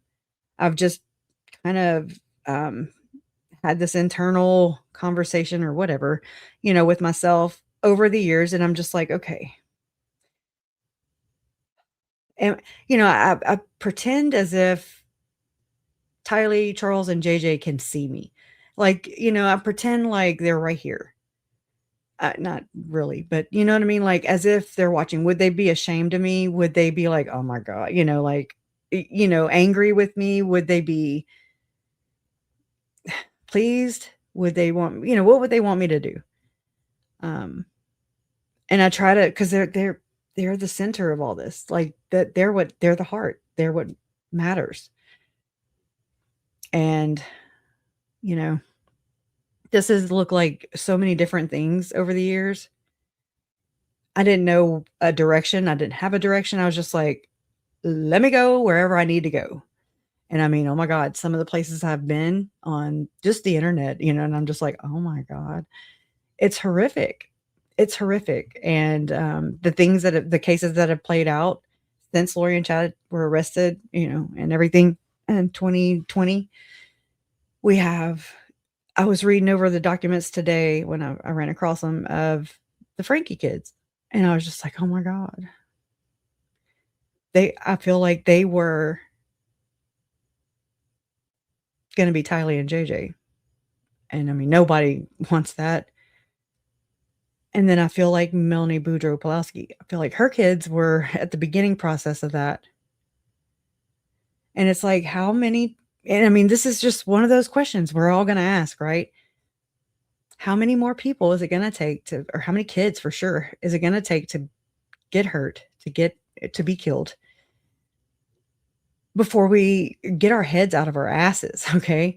Like we can sit here and question. And I mean, I've got questions. I'm an askhole, ASKHOLE. I have questions, tons, but it's like, okay. I had a friend tell me one time, what good is the research if you never do anything with it? And she, you know, I mean, I've thought about that over the years. It's like, well, I don't know what to do with it. It's very niche, you know, it's very specific, but it's not. No, it's not. It's the same thing, same playbook. They just, whatever atmosphere, you know, is around them, that's the tools they use. And that's it. Us earlier too, but not the hellish part. I'm so sorry. Be safe. Mark yourself safe. Okay. Hey, Higgins, it's rocking and rolling over there. It did that earlier here. Lightning, thunder, boom, boom, boom. Anyways, just be safe. Y'all, I did make, and look, I have not shared this, but it's just an audio file. Don't laugh at me. I got it to make a hip hop song. It's only 25 seconds, I think. It is called, I think, let me push this and see if this is it. I think. Welcome back to the deep dive. Today we're looking. Nope.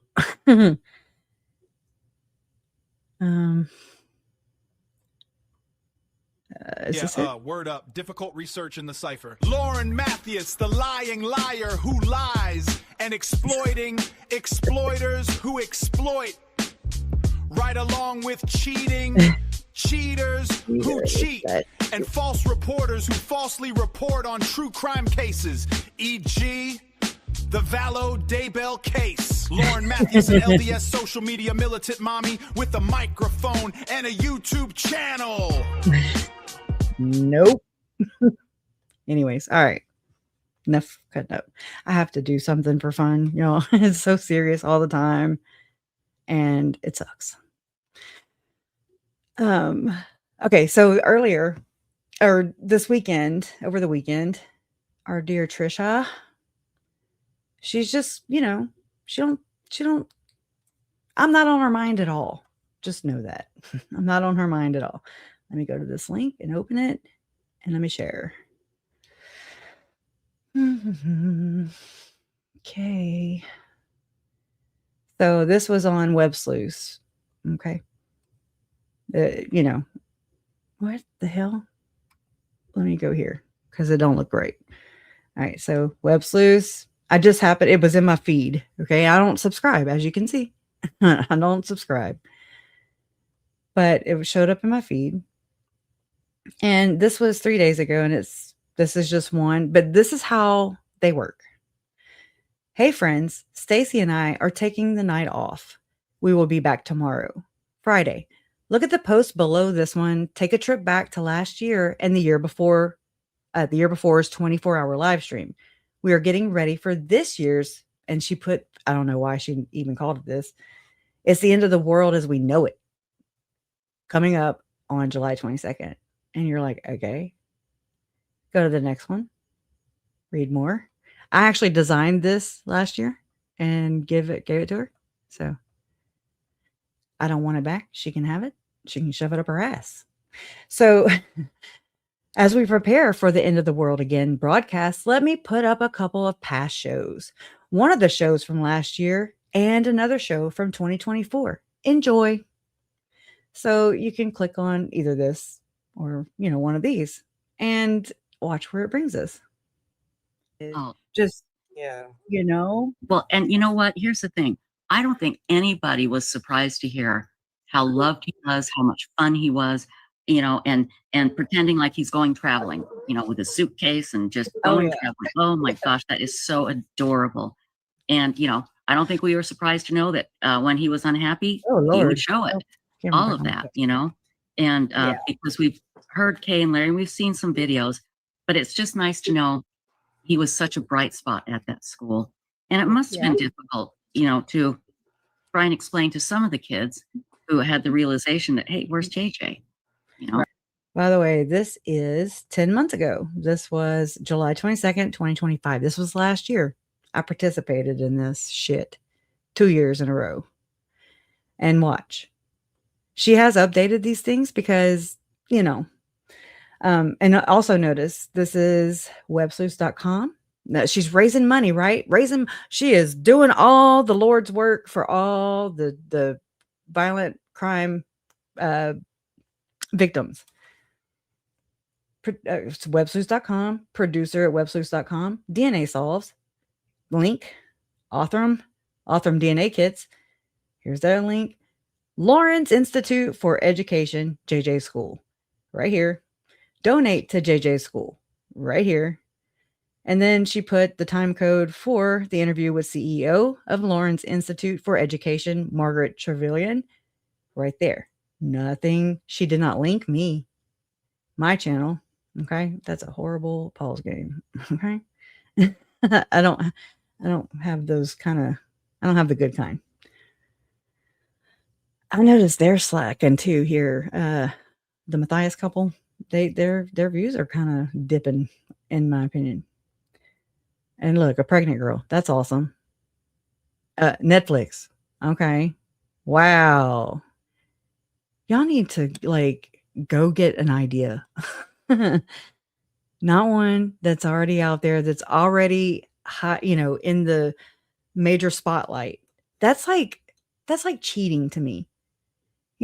Why doesn't, and I'm going back to Trisha, why don't you showcase some of the victims who either were just identified or about to be identified? Maybe raise some money to DNA Solves, right? That's your whole thing. That's your whole gig, lady. I mean, that makes more sense to me because you're putting light on cold cases and for a good cause, in your opinion, not mine. But, why don't you do that? I know why. I pretty much got it nailed down. But anyway, so I like to ask questions. I told you I'm an asshole. So how many times, how many mentions? I'll just put mentions of JJ's school.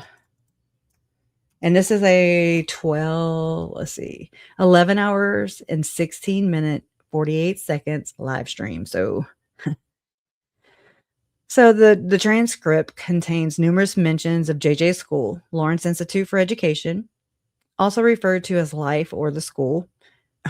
Throughout the duration of the video, the school is discussed extensively. Of course, this is the half of the show that Margaret showed up on.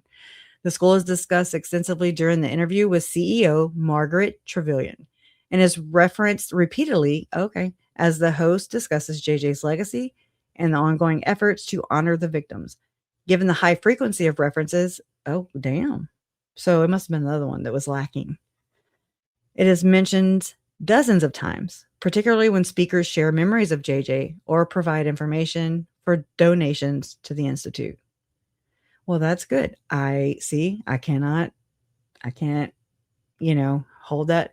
I can't put that against Trisha, but I mean, again, I'm going to show you the one I apparently looked at earlier where it was mentioned 4 times over an 11-hour period.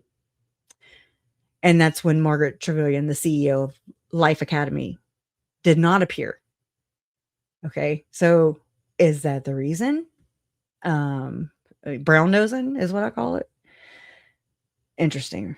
So, and then I got, I came as soon as I saw this post, I was like, oh my God. And so this is 10 months ago. So this tracks with, when the video was made and when the live stream happened. But here's our friend Moonlight View for you.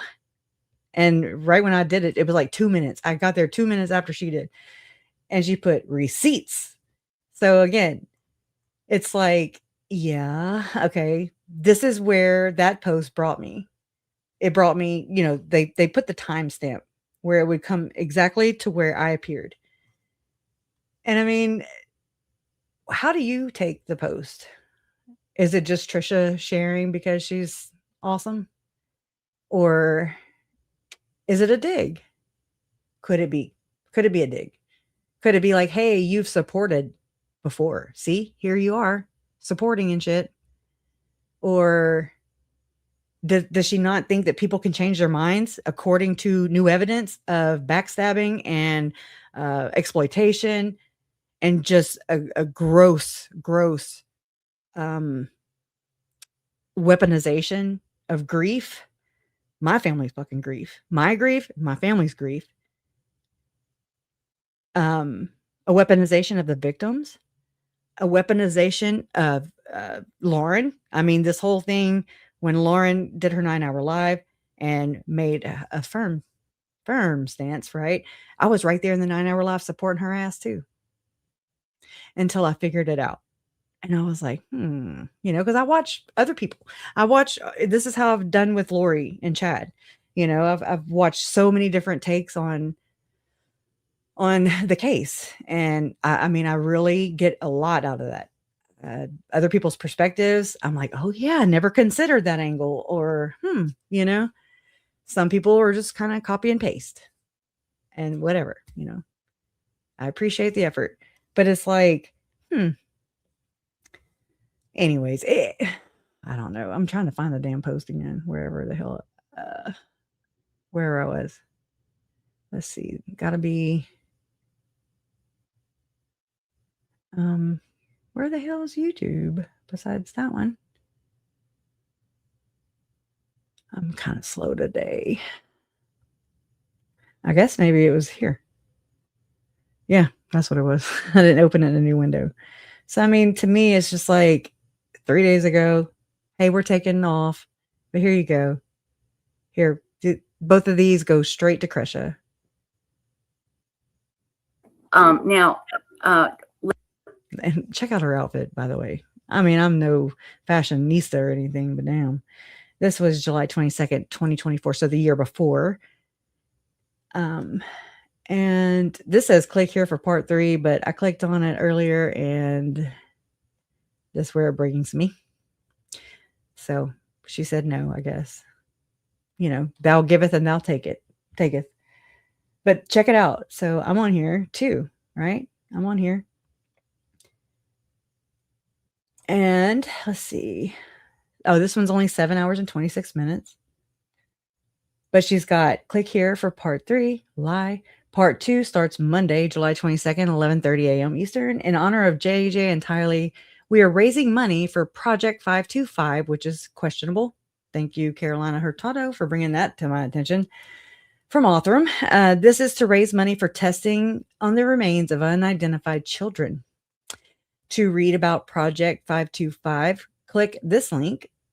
To donate to Project 525, click this link. This is when she was not monetized, by the way, allegedly. Here is the link to part 1 and guest for part 2. She's got Monday, July 22nd, 11:30 a.m. Eastern. In honor of JJ and Tylee, we are raising money for Project 525. This is to raise money for testing on the remains of unidentified children. To read about Project 525, click this link. To donate to Project 525, click this link. This is when she was not monetized, by the way, allegedly. Here is the link to part 1 Dr. John and Laura Matthias, Hidden True Crimes link. She don't have, oh yeah, she does have Megan's link. Okay. 4 p.m. Megan Connor, Lori Vallow's cousin, not life coach and fucking guru, right? Healed person. That's not in there. And host of Third Verse, same as the first YouTube channel. Okay. She got her link. 5 p.m. Mike King from Profiling Evil, his link and his book link. No Kresha. Yeah. Fuck her. Fuck her. We don't like Kresha. We're just going to use her.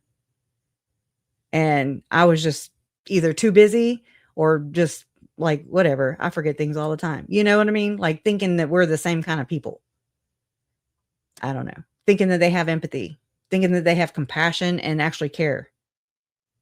Yeah, that has not been my experience. So that's what happens whenever you find out that people have been just basically leeching bottom feeders off of your family's pain, the tragedy, the trauma. They've weaponized it. They've switched roles even where they're the victims. They use the victims as shields. It's really, there's not a word adequate enough or descriptive enough, I don't think. Besides, I don't, vile, evil, deplore. I don't know. I had the same problem with Lori and Chad descriptions for them. I was like, that, you know, I don't know. I feel like if Satan were here, you know, or real or whatever, you know, he would be looking at Chad and Lori with his head down. Like that's how ashamed he would be. Satan, you know, so it's like that there. I know there's no murders here allegedly, but I'm just like, Trisha and Lauren know exactly what the fuck we've been through. And here they are, helping themselves, entitling themselves, enriching themselves. It's just, it's so gross, y'all. That's the one word that I say a lot is gross. It's just disgusting. They know. And they do it anyway. And they're okay with that. Now they're playing victim. You know, I mean, it's the same thing. Ladies, or Insightful One, explain what you and Kresha are going to do. I'm going to pop off here and be in the audience. Right? I'm not even worthy of her presence there. Audience. So explain what you two are going to do. This is really cool, you guys. Oh, I think we're going to go over like what the 5 most shocking things from Lori and Chad's trials. Yeah. And then There's so kind many of wherever shocking that things. leads, Yep. you know. Don't even care. Got it. Okay, Yeah. everybody. This is Kresha from Difficult Research. Let me grab your look at her shirt. Your channel here, and we'll put this up in chat as well. Yes. And then, ladies, do you need me for anything? Like I said, I'm just going to back off and let you guys just do your thing. Unless you need me, I'd be glad to help with anything. I heard she was going to go cook. I'll go cook. I will definitely. I can do that. Painting my room too. I've been painting my room for a week. Well, almost a week. Every year, and it is very, very labor intensive. Okay, I'm so I can imagine. I can imagine. And let me explain to everybody. Kresha Easton has the YouTube channel called Difficult Research, and I just put that link in chat.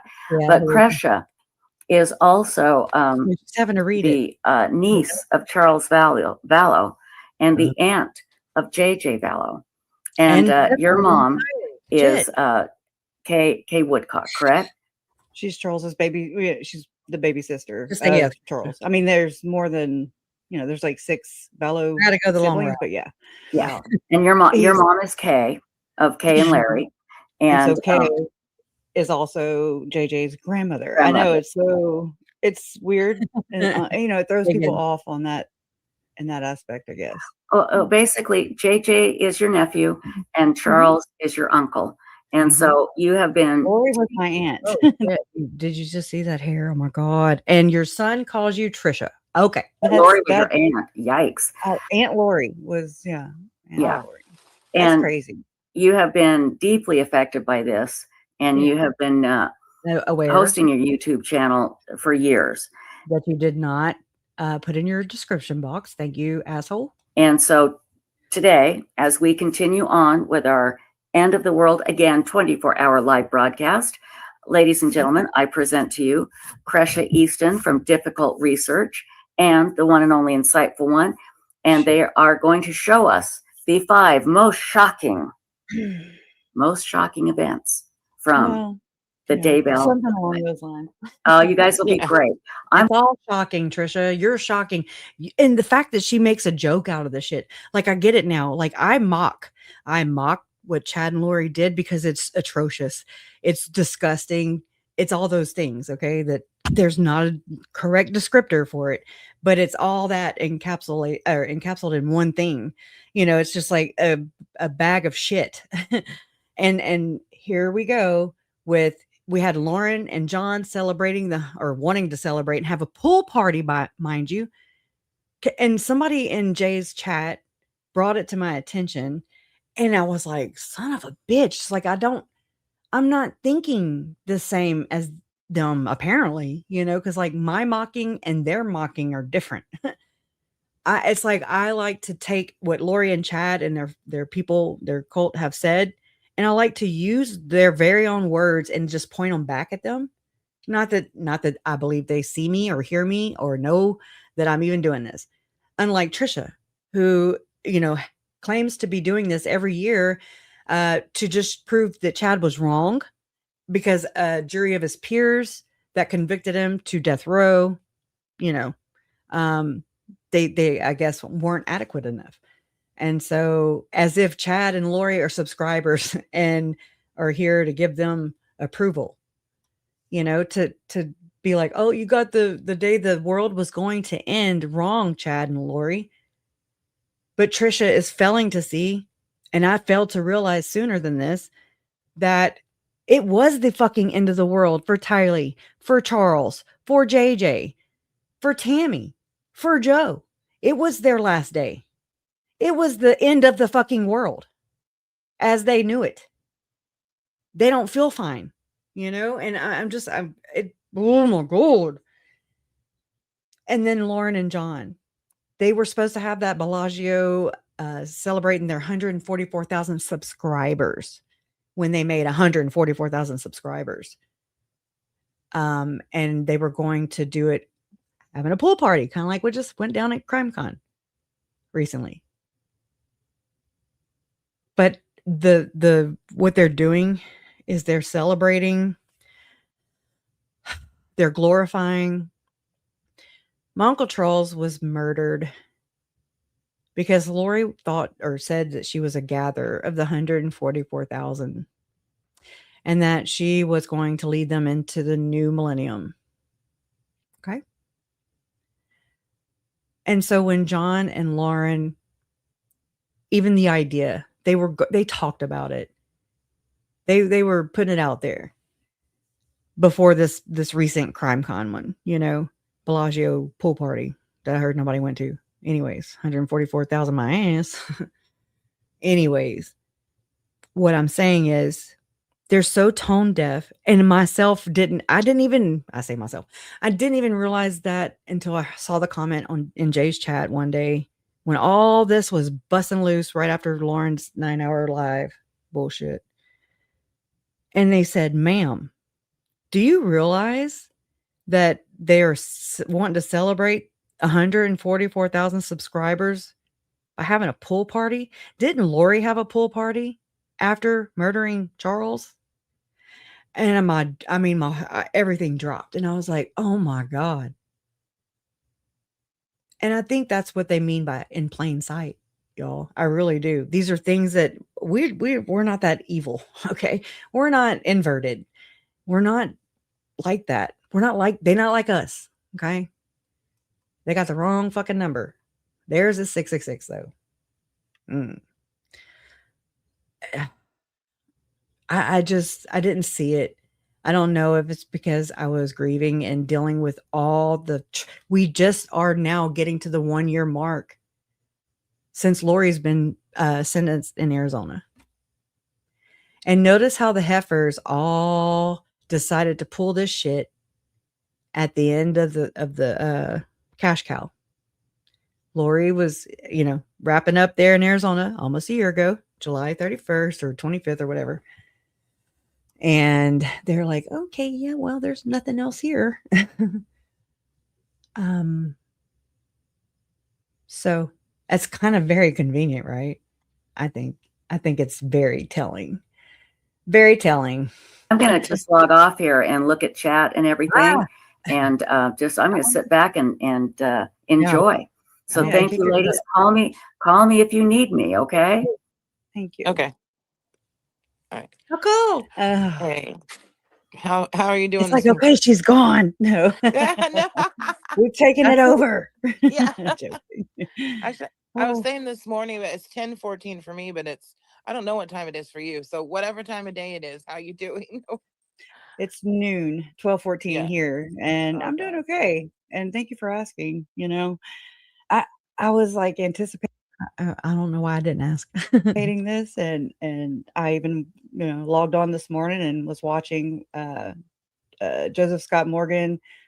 I always love his take on things, and I just was kind of chilling in the chat, and actually, whenever Trish had her woo woo moment there, I was like, "Ooh, oh shit!" Oh, and the light came on by itself. She got a lot of woo woo moments, and she makes fun of people with woo woo.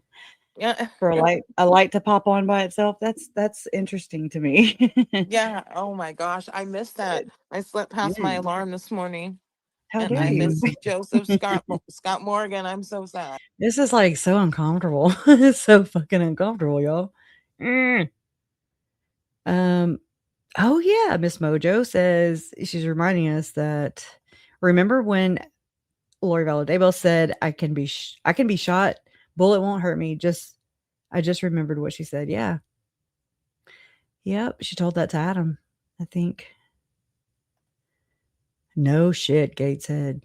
That was me. Glad we ain't like them. No, they not like us. They want to be like us though.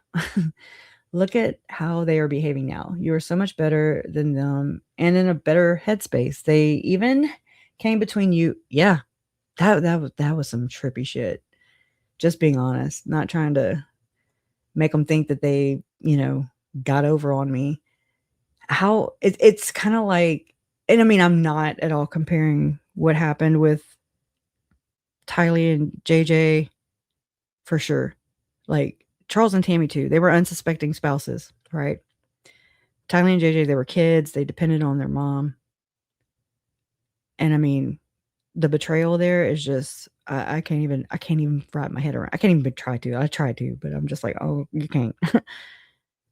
But what Lauren and Trisha have done, and in my opinion, are doing, just they do it sneaky. They're sneaky. They have preyed upon a family, another family, going through hell, nightmare, hell. I mean, there's no other comparisons. It's been hell. And that's what they did. Triangulation, love bombing, exploitation. No, I've never seen her face. Thank you. This normal Idaho mom. Never seen it. Besides what you see. The plate face, right? Thank you.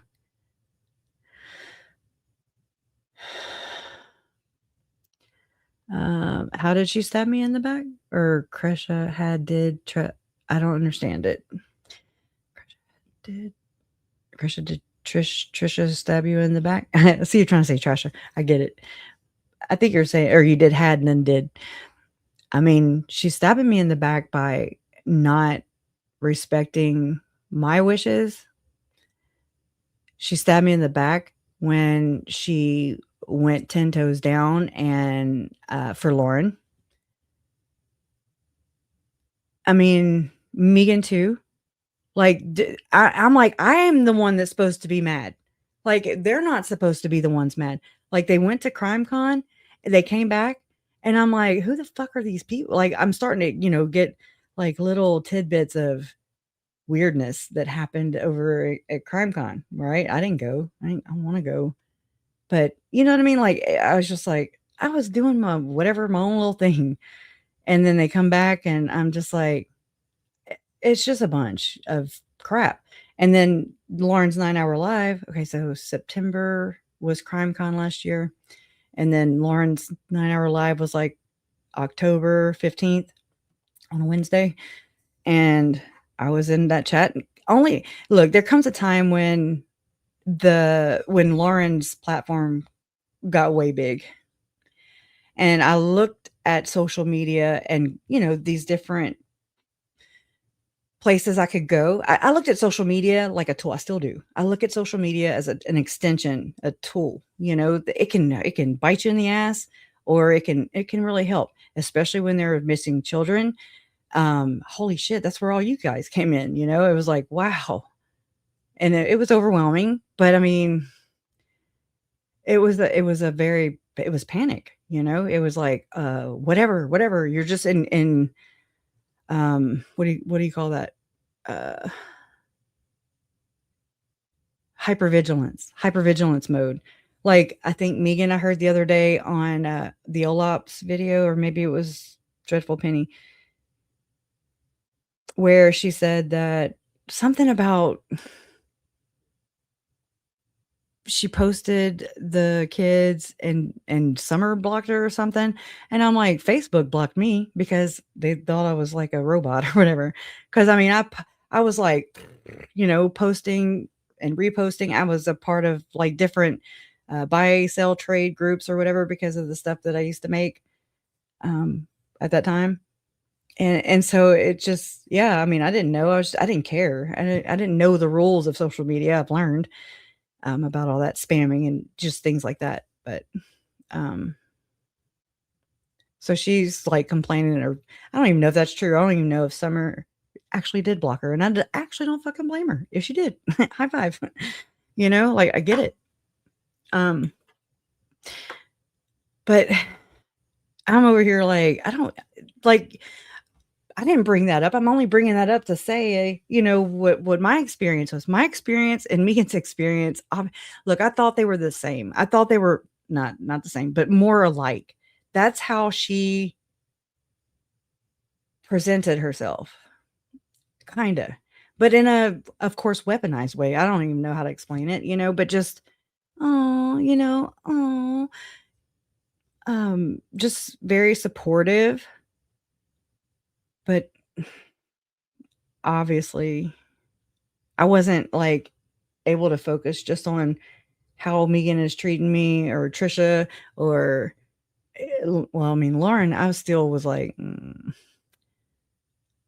But I got to a point where social media was so big that if ever I needed a big platform like Lauren, one day I could have her in my back pocket, a tool, right? An extension of a voice. She never offered it to me to begin with. So there's that.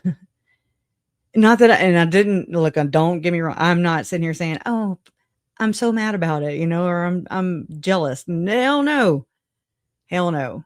I mean, it just was very shocking, especially for the stuff that I've been researching.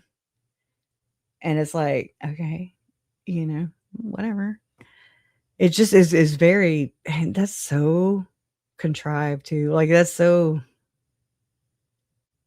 that is kind of like how I learned about silence, like Lori being silent, or using the silent treatment towards Uncle Charles and other people. And that's a form of abuse.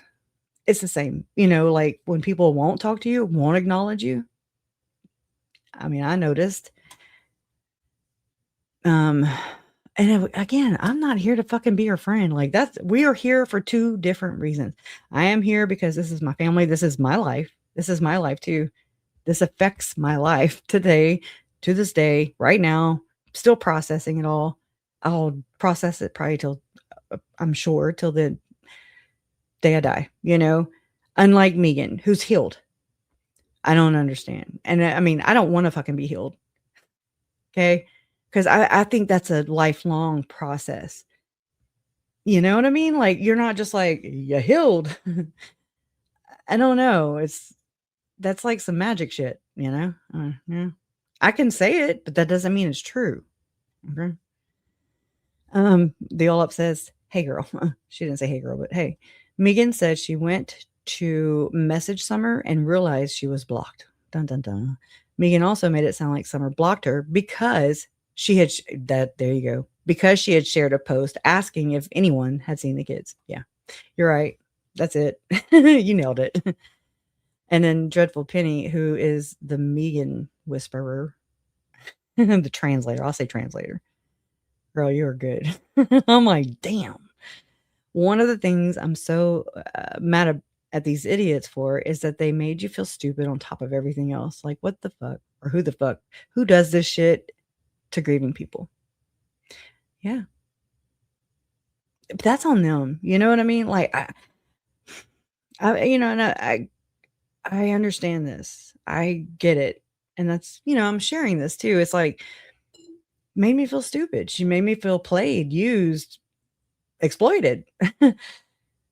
and then also talk shit because I'm talking out about it. It's like, what? Like what said in Trisha's chat the other night, according to Salty, that I don't get to tell her how to grieve. And I'm like, I've said that. Jen taught me that. Nobody gets to tell you how to grieve, right? I'm not telling her how to grieve. I'm not telling asshole how to grieve. I'm asking them not to exploit my family.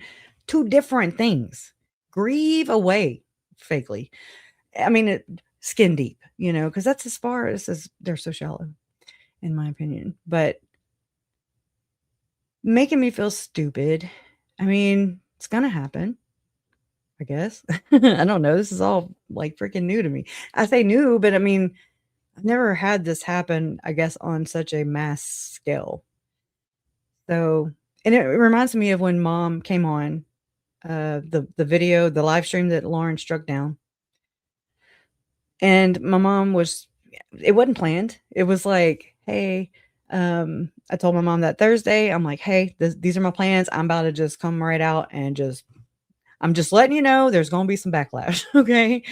I just kind of wanted to give my parents heads up so they wouldn't be like a sitting duck, right? Because that's what we've been this whole time. It's just the waves and there was not a fucking break. Oh, one day I'll better process that part. But just the bombardment of information,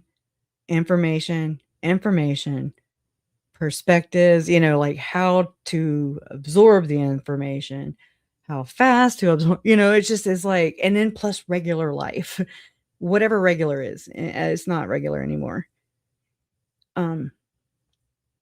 It's changed every one of us. Like my mom and Larry, my daughter, Uncle Jerry, my family. It changed all of us. We are not the same, and we will never be the same. I really think I need to grieve that because it's starting to make me want to cry because it's so sad. Those burn. Yeah. And then, we lost people along the way too. Just regular death. It's like, I beat myself up for being so absorbed by this. But I really don't know, like, how is it the wrong thing to do? Is it the right thing to do? Can you find balance? I've not been able to ever do that, to find balance.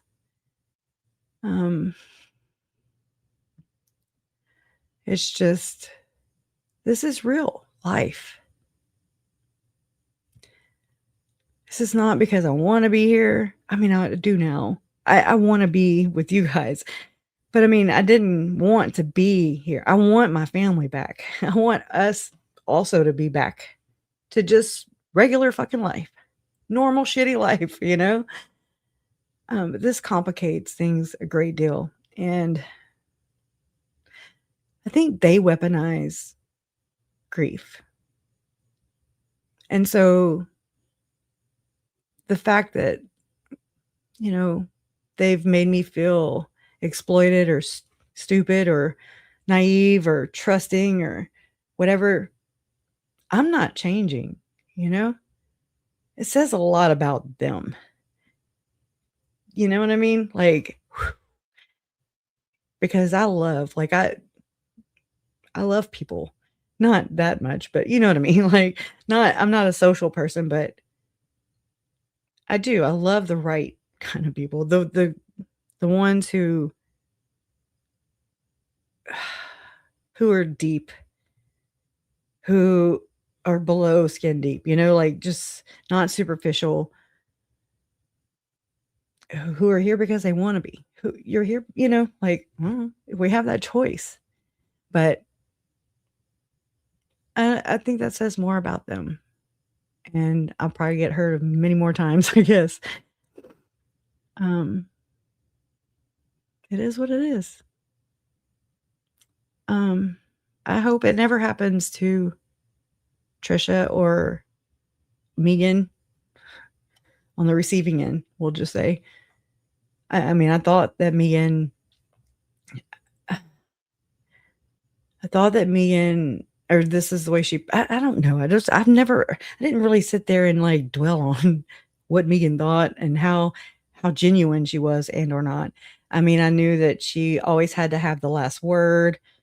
She always took what I said, just like she did with Kirsten, you know, where Kirsten would say something and then Megan likes to repackage it and then make it as if she just invented bread. And that's her. I noticed that. I did notice that. But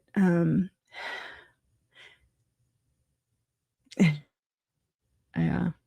Thank you, Dreadful Penny. Yeah. It just that she scares me now, honestly. Out of all of these people. Like just thinking about Alex and Lori and what they did to our family. And Megan knowing that and then acting the way she's acted. That's terrifying to me because I'm like, that's number 4, you know, like you got Melanie Boudreaux, Plonsky. I'm just like, what the fuck? Like, is this against my entire fucking family? Are you going to carry out the rest of the fucking, you know, markings that Chad did of my bloodline? Like, what are we doing here? You know, it's like, I don't trust her. You know, I hear like ring, the sound effect whenever she's, yeah. I don't trust her at all. And that's so crazy, right? It's so, I really appreciated that. I thought I could, I really think that she learned more off me, really. I really think that now. She just packaged it better. And I even complimented her so many times about that. Or, you know, I'm like, look, Megan is a more effective speaker. I know this and I can just blah, blah, blah, you know. Here's what I'm working with. You know, it's murder's messy anyways, first off. And I used to have like this delusion that I could one day take all this information and put it in a pretty little package with a bow, you know, but then that's not reality. Reality is it's fucking messy. It is messy. And if Megan thinks that she built YouTube or any other social media, whatever, what am I trying to say? Any kind of social media, fame? I don't know what else to call it. And she thinks she did it with her bare hands. She did it with her bare hands, I guess, but with my family's blood on them. Okay? So that's where she got it all fucked up. And I mean, I'm not sorry for saying that. That's what it looks like to me. I'm disappointed. I'm very disappointed in these people. But I mean, I'm very resilient. Like I can adapt and overcome, you know. I have no more feelings for these people. You know? And again, it's like their loss. like they're lost because we treated them with open arms, especially Megan. So once bitten, twice shy. Like, shame, whatever. Fool me once, shame on me. Fool me twice, shame on you. I don't know. I know, I do. I do, because I sound like a hillbilly. No, according to Lauren and them, I do. They can suck it, though. Just saying. We stay pivoting, right? We look like JRL's head on a swivel. That dude, I swear, he's like this. I'm like, oh my God, what is he doing? Our game. Yeah, our game. Absolutely. I mean, it's taught me a lot of things. Hasn't it taught you guys some things? And I don't want to not trust people, I don't want to be like, everything's doom. And you would think with all the stuff that I cover all the time, it's so dark. But I mean, I don't know. It's where I went, and it's like I can kind of throw some blinders on. And I just think it's important to Tylee and JJ for sure. Okay. Ritual crime is real. And I'm working on, it's a work in progress always. Thank you, Sophia, because you're stronger than you think and braver than you feel. Probably. So, you know how you're like, when they say that God only gives you what you can handle, so to speak. And you're like, I'm just not that. My shoulders hurt. I am now shorter because I'm shrinking because of all the weight on my damn back. But a lot of I put it on myself too. So, but thank you for saying that. I really appreciate that. I do appreciate what y'all say, but I'm just like you, and I'm just like you, and I'm just like you in the sense that, right, I can dish it, but I can't take my own advice. Or Jason does that to me all the time. He'll say, he'll be in tears and he'll be like, babe, you're making a difference here. And I'm like, okay. And I'm like, I just wasn't even looking that way. Like I wasn't trying to make a difference there, and so it's like, I guess I'm just blindly like doing whatever he's saying I'm doing, good or whatever. And I'm just like, let's just keep it that way. Maybe that's how it's supposed to be. Because whenever ego gets involved, then that's when shit gets really jacked up. And then control and things like that. I don't know. So whatever it is, okay, I'll take it. But I also feel like I have a hair on me. I also feel like, okay, well, that probably means I'm being very blind to something else, and not giving it any nutrients, not giving it any sunlight. But I'm only one damn person. We're only one damn persons, allegedly, people. Oh, thank you, the Sparky Pilot. And thank you again, Sophia. It's a huge difference. You've taught and shown me a lot in a couple months. Oh, I've known about you. Oh, thank you. That's the best compliment, I swear, is just to, hear these things. It's,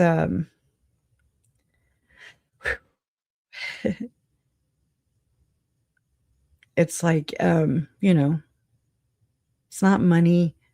It's not physical or tangible, it's like, whew, that's a pat on the back, big time. So that means a lot to me. It really does. And I don't know how I'm doing it, but hey, again, I don't need to know. Just it's happening, I guess.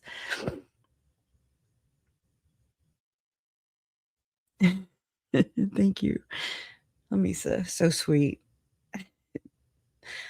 Lamisa is one of the OGs, right? Every time I catch a live or listen to a replay, I'll ever think, come to the same conclusion. Crusher, you kept your promise, and Uncle Charles is proud of you. That's the most important. That's the most important. I love you guys. All right. Let's not make this one another all day stream, because I do want to come back. I love you, Lamisa, by the way. I'm sorry. I want to, I have the Franklin scandal, It's this long ass article. I love long articles or PDF things like that, you know, because I don't know the story. I definitely cannot just recite it to you, but I'm not reading it until I can read it with you guys. So I do want to do that sometime like this week. And I also want to go over the Hamblin federal lawsuit, the TVPRA, y'all, filed by the Hamblin daughters against Gordon Bowen, David Levitt, David Hamblin, his ex-wife, Roselle Stevenson, Anderson. Well, anyways, all those people's names. Randall Lake. Randall Lake was a friend on Facebook of Lauren's dad, by the way. Telling you, the circle's getting smaller. A mosquito bit me on my damn. Let's see that? It's bullshit. They're like, you sweet girl. Anyways. But yes, I want to go over that. And I found out by watching Justin Riggs and Goel, the investigator in ritual abuse, about, he said, I just want to convey the status level of Gordon Bowen. You know, I'm thinking he's like some confused guy, you know, because he claims that he's allegedly inhabited or possessed by so many percentages of female spirits, and that's why he's gay, or he's, I don't know, denial. A lot of Jody Hildebrandt type vibes here. You know what I mean? Like the denial of it, maybe. Anyways, some crazy shit. But he's alleged to be the Punisher, and of this other ring that Lauren has not covered, by the way. She knows about it. I told her about it myself. Anyways, but he lives in the same building as Madonna. And I'm like, what? What? Whatever. I mean, so that's the status that I'm like, damn, I didn't realize he was like up there. And I mean, I'm not jelly. I'm just like, ew, okay. So that's what we're dealing with. Anyways, I mean, I didn't know that. And so it was interesting to hear just new information, period. There's some active Latter-day Saints who are, and ex-Mormons who are like even trying to be, I guess you could say, activist. Even so, I mean, it's kind of with Epstein and everything, y'all. I mean, we can't deny it. We can't. If you're denying it, I'm gonna be like David Middleman when he says something like, "Justice, it's a choice now because you're either choosing or not choosing to solve a case." Well, I'm saying that. What was I gonna say about that shit? That it's a choice of whether or not you're gonna be on board with reality. You know, it's like, it's a choice now. Like, it's out there. The information's out there. It's on you, boo. Like, y'all, this has been a long time coming, and it's gross, and it's real. It's so fucking real. JLR's head spins. I don't know. I couldn't think of nothing else. I mean, for real, it's anyway. So I started working on something that I can share with you guys and learn, right? Because it's education and everything is so important. What does ritual abuse look like? How do we spot it? You know, what makes it different from regular abuse, which sounds crazy. It's just a term. Satanic is really damning to it. And it's time to shed that shit. Okay. That's something they did in order to stop people from looking beyond the moral panic. Okay. And it works. It fucking works. That's the crazy part. Even I'm just like, okay, are you sure? You know, like I've gone back and I battled myself with this. And then I'm like, look at where Tylee and JJ are evidence in my life. They're not here. And that's not just a mom snapping. Okay. I'm sorry. No. Nope. That's some whole next level shit. That's that ritualistic shit. Okay. And not all of it is like that. And you can actually have ritualistic tendencies or characteristics, elements of a crime that have nothing to do with belief, with spirituality. So I really want to do that with you guys. And I also want to share, I forget, Subtext, I think is their name. Let me see. There we go. Yep. Make sure this is in tight. Okay. Okay, there we go. Yep. The sweet universe says, "Oh, we're losing her." I don't know. Are you? Are you losing me? She looks like a Now you sound good. Well, I'm sure it'll be in and out while I drive there. Look, she's like dun dun dun dun dun dun dun dun. Okay, you got to answer me clearly and slowly. Can you hear me? Yeah. Yeah, breaker. Can you hear me okay? Yeah, girl. Yeah. Shut up. Yes. Thank you. Yeah. Because all I hear, Stacy, all I hear is the. Is she burping or is Here she saying is yes? the link. Touching me, Mom.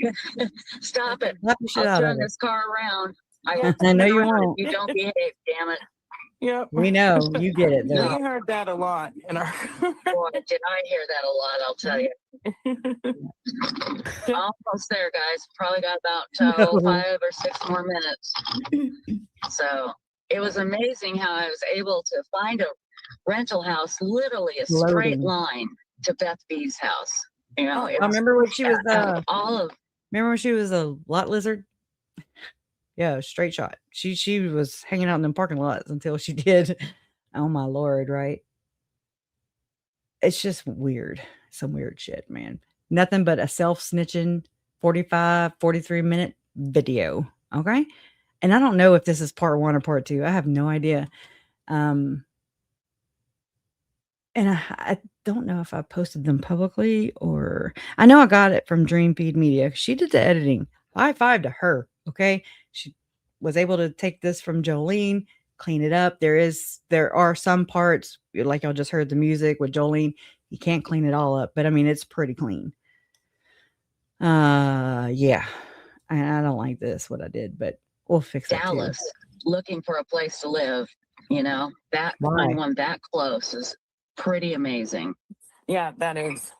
So there were lots of things that happened that just fell into place beautifully. Yeah. Okay, thank you. Awesome. Okay, let's see. Turning up, here's a cop car right here. Damn. She's scared. Okay, well, not me. How you know? But this is by Beth B's house. Maybe they were doing a drive-by. Pulled somebody over. Okay. So let's see here. I'm going to come up from the back, I think. It's so strange to come over here and not have her the back here. door. I'd walk in and she'd always go, hello, hello, hello, hello. Just happy. Oh. She wasn't supposed to Justice die, for Beth too. but she didn't tell anybody she was sick. I swear if I see her again, I'll be so happy and so angry at the same time. Because I know we could have, I know we could have saved her if she would have just told us early on that she had breast cancer, that she had a sore, that she had a bump, something, but she didn't. She hid it. Yeah. Just hid it. Kept saying that she had a sinus infection. Mm-hmm. That's why she was getting weaker. And I'm like, I don't buy that. I still got to Google that. Is that normal for somebody that ends up dying of breast cancer? Is it normal to have sinus infections? And that, I don't know. I don't want to speak ignorant. So I got to look into that. That's crazy. Okay, almost. Yeah. How well can you see me? Can you see me at all? Oh, right now I see your shoulder. Yeah. Oh, good. Okay. Shoulder pad. What's important is that you pay attention. So yeah, I'm not looking. I am not looking at my phone at all, and I can hear you just looking dead at it. Oh, good. Yeah, it stopped cutting out. So good. Okay, so we're coming upon Beth B's, and I've let. We're asking the same question. Oh my gosh, I always get the acronyms messed up. HMS Gen X lady. Yeah, same question. She does a lot of wordplay for sure. The neighbors that I know, and they know my car. They know your car, girl, because You probably the one that went and organized them wires, and maybe you just couldn't get that out by yourself. And then that's probably what triggered the locks to be changed. I'm thinking, if I had to speculate, allegedly, you know, and then you're like, yep, just checking this lock. Yep. Oh, yep, it's on tight. All right, good. She says.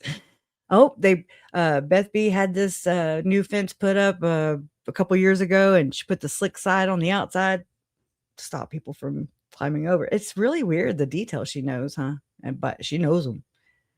Not like these cases she covers. She don't know shit about them. Car. The problem is it's so damn dark. We've got some solar lights now in the back. I'm going to see if they work. Hang on here. Let's go in here, take a look. Now the neighbors know my car, so hopefully these lights will turn on. Let's see. Yeah, Kathy Lynch says, I always loved talking to Beth B in chat. Oh, she was wonderful. She was. Okay. Oh, I see the solar lights on the other side. Okay. Hang on. I'm just going to get out and check the check this gate real quick. I think the lock is on the other side. I'm not sure. But hang on, I'm going to take you with me. And 45 people to the neighborhood. I should have told them. There might be a crowd limit. I'm not sure. We'll see here. We'll see if there's a crowd limit. Let me put on my Lori Daybell glasses. Hang on. There we go. Shut up, Stacey. That's terrible. Yeah. Let's see. Terrible. Oh, okay. I guess let me turn the phone around so you guys. How can I do that? Camera. There we go. Now let's do this. There we go. Padlock. That's good. Let's see. Let me see it here. I had this up the other day. Y'all And I think there's another lock on the back, a bike lock. Please don't do coke in the bathroom. Let's look around here. Yeah, this damn yard is so dark. Surprised we can see this well, though. I thought it was going to be really, really dark. Yeah. Hold on, I'm going to get a flashlight because I'm going to walk all the way just a little bit here where her fence goes because I'm sure they get in over the fence, you know? Mm-hmm. They jump in over the fence. So let me grab my big old flashlight. Here it is. Just call me. Kim asks, why are we going at night? It's, I think, in case somebody's there. Because well, what I want is I want somebody to see me. Why would a lady in her advanced years go at night in case somebody was there, Stacey? Come the fuck on. Here. So they're this is after Nancy Guthrie. Just less likely to go, oh, I want to go break in. yeah. That's all. Yeah. And plus, as she's holding a flashlight, prowling, and you're about to see a scary figure right here. I don't have time during the day. Look at it. I really don't. And I just wanted to. What does she do during the damn day? What does Trisha Griffith do during the damn day? She's too busy. I'm so Big old curious. flashlight. Here it is. Just call me. Kim asks, why are we going at night? It's, I think, in case somebody's there. 'Cause Well, what I want is I want somebody to see me here so they're less likely to go, oh, I want to go break in. yeah. That's all. And plus, I don't have time during the day. No, I really don't. And I just wanted to check it out and see what is. Oh, that's that. Okay, yeah, that's good. She put a new fence up, and she put the smooth side on the outside so nobody could climb it. Nice. Yeah, so that was. Yes. Yes, Tisme. And these neighbors across the way here are really good at watching her house. She's got a huge yard. One of the neighbors mowed it for us today, so it looks like somebody's, here. I just wish they had. What? Marlene Clausen mentions, you could use a flashlight on your phone too. Oh, that's true, but this one's more powerful. But Stacey, I think, just scared her when she said, what? I mean, I do that when the hypervigilance is kicking in. I can be real high alert, real on edge, so just the littlest thing. And I'm like, I don't know. I have my days. And that's what it reminded me of. It's just, whoa, what? What do you like? Basically, what do you know that I don't? As she's prowling around the house. Really don't. And I just wanted to check it out and see what is. Oh, that's that. Okay. Yeah, that's good. She put a new fence up, and she put the smooth side on the outside so nobody could climb it. Nice. Yeah. So that was. And these neighbors across the way here are really good at watching her house. She's got a huge yard. And one of the neighbors mowed it for us today. So it sounds like I've been house shopping before. You're visualizing all that. I've actually used to stage homes. So, you visualize where you're going to put things you know what I mean? You're excited about it. This is what I'm getting from Trisha. Potentially. Like, she's drooling. Like, just can't wait to get in here. Looks like somebody's, here. I just wish they had. What? Marlene Clausen mentions, you could use a flashlight on your phone too. Oh, that's true, but this one's more powerful. Nice. So otherwise I would. And also there's a pipe leaking, but I'm sure it's a city pipe because her water. Shout out Dreamfeed Media. She is boss, man. There's turned off. There's a person that somehow managed to turn off all the utilities, even though they weren't in her name. Wow. I don't know how she did that. Do y'all also get the feeling that everything that Trisha bitches about and basically uses it as a negative that Daphne did, it's really more of, sounds like what she should be doing as someone over an estate, you know what I mean? Like as an executor or whatever the hell. To me, I'm like, okay, yeah, it sounds like she does get it all. And then you have to wait for your shit, your chunk, as Trisha would say. And it sounds like Trisha did not do that. And maybe she thought, maybe she was paranoid. I don't know. I'm just hypothesizing here. Paranoid, and just thought Beth B was trying to get over. Daphne was trying to get over on her. Possibility. And then she, when you lack frontal lobe material, I don't know. I'm just spitting here. Your impulse. You have trouble with impulse control. Yeah. Allegedly.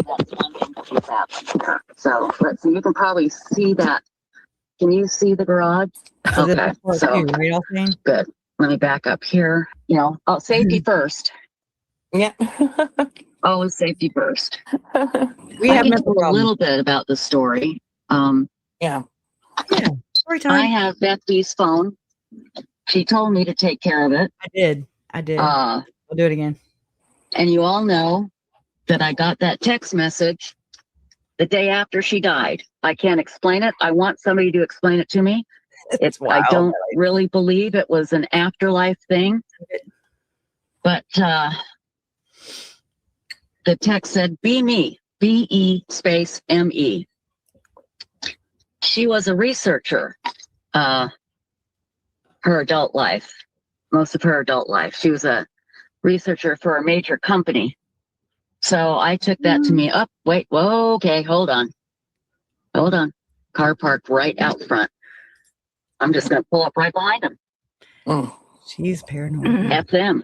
Now watch it be a cop.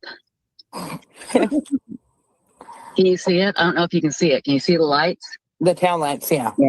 You don't pull up That's behind not actually right in front of her house. That's right up from her house. We'll just sit here for a minute. See, this is what I was worried about, that maybe somebody's watching the house and I wanted them to see me. She's beating. But anyway, we started researching, and we found some incredible documents, thanks to Stacey. Yep. And these documents proved hardcore fraud.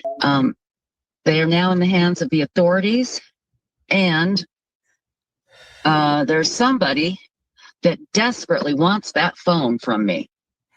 What they don't understand is the phone doesn't matter now, because the evidence is off the phone. Right. Yeah. So, sorry. I think this guy was flipping me off because I have my brights in his face. I didn't mean to. I don't believe Trisha could see that far. I just really couldn't. I think she just made this up. Okay, I just want to watch. Yeah, I looked at him like, oh, is he waving at me? Oh, no, he's not. He's giving me the one finger salute. Okay, I just want to see, make sure he goes into a house across the street. He loves to do that. So Jules and me, the phone was an older model and she couldn't send a text. Yeah, it could not be, could be sent later. Yeah, pre-programmed. Yeah, you couldn't do that. And of course people are saying, well, you did it. You did it. I'm like, no, I didn't. No, it was the day after she died. Now the Well, phones were next to each other, and I was picking up my phone. And you still did it. I had put down her phone. I was picking up my phone when I heard her. I had assigned to her the owl sound. It goes, hoo-hoo. And I heard that. Nobody else has that sound but her. Oh my And God. I about had a heart attack. Well, And then I looked at it and it said, be me. And she had not been able to text for about 10 days. she can't text The when last she's dead. text I got from her was 10 days before she died. Oh my God. Because she couldn't, her fingers couldn't do it. How bad, how many of you want to be there the day that she introduces this evidence into court? I mean, I want to be there. I want to be a fly on the wall even. I just want to be there. I'll stand up. I'll, yeah. Anyway, somebody really wants this phone. I keep getting these. Well, I was able to, She's making that sound like it's a mystery when Daphne is saying, I need the phone. And she says, I lost it. I lied to her. I have the phone. It's in a Faraday bag. But somebody wants it. Yeah, she fucking wants the property. Okay. You stole it. Conversion, but worse. we were able to change a recovery code phone. You know how you have recovery code phone numbers? Everybody? We were able to change the recovery code phone number to my phone number. So I keep getting these codes from Apple because somebody else has her Apple iPads. That does not make you an owner or the owner of the phone. As soon as Beth B died, I looked this up. As soon as Beth B died, that property went to her estate, aka not you. Okay. Not you, lady. And saying, don't give this code to anybody. So somebody's trying to get in. And I think they think if they get the phone, they can get the codes so they can change the passwords. But again, it doesn't matter. That's where I'm at. It literally doesn't matter anymore. So, but we'll see. Well, I have no idea what's going to happen. I have no idea. I do know that she thought she had everything all done, all lined up. And she told me she did. She told me where everything was. And come to find out, it wasn't. She didn't tell you. And that's the problem. She didn't tell you where the will was. She didn't tell you where she didn't tell you she had cancer.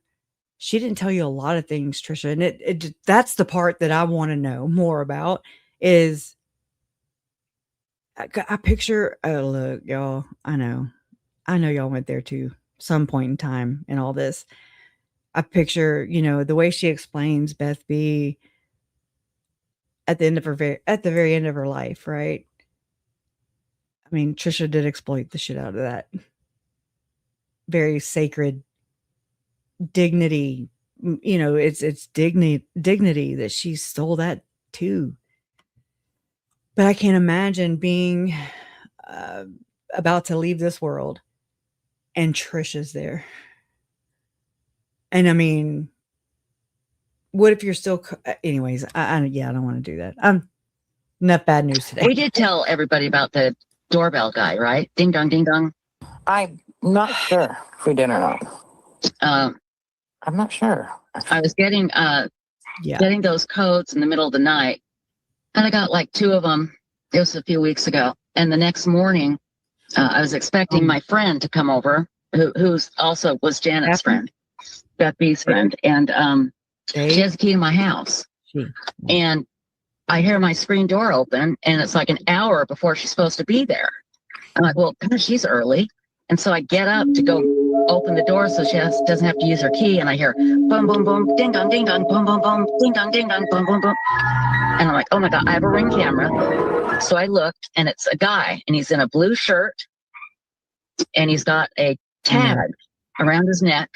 What are those called? Lanyard.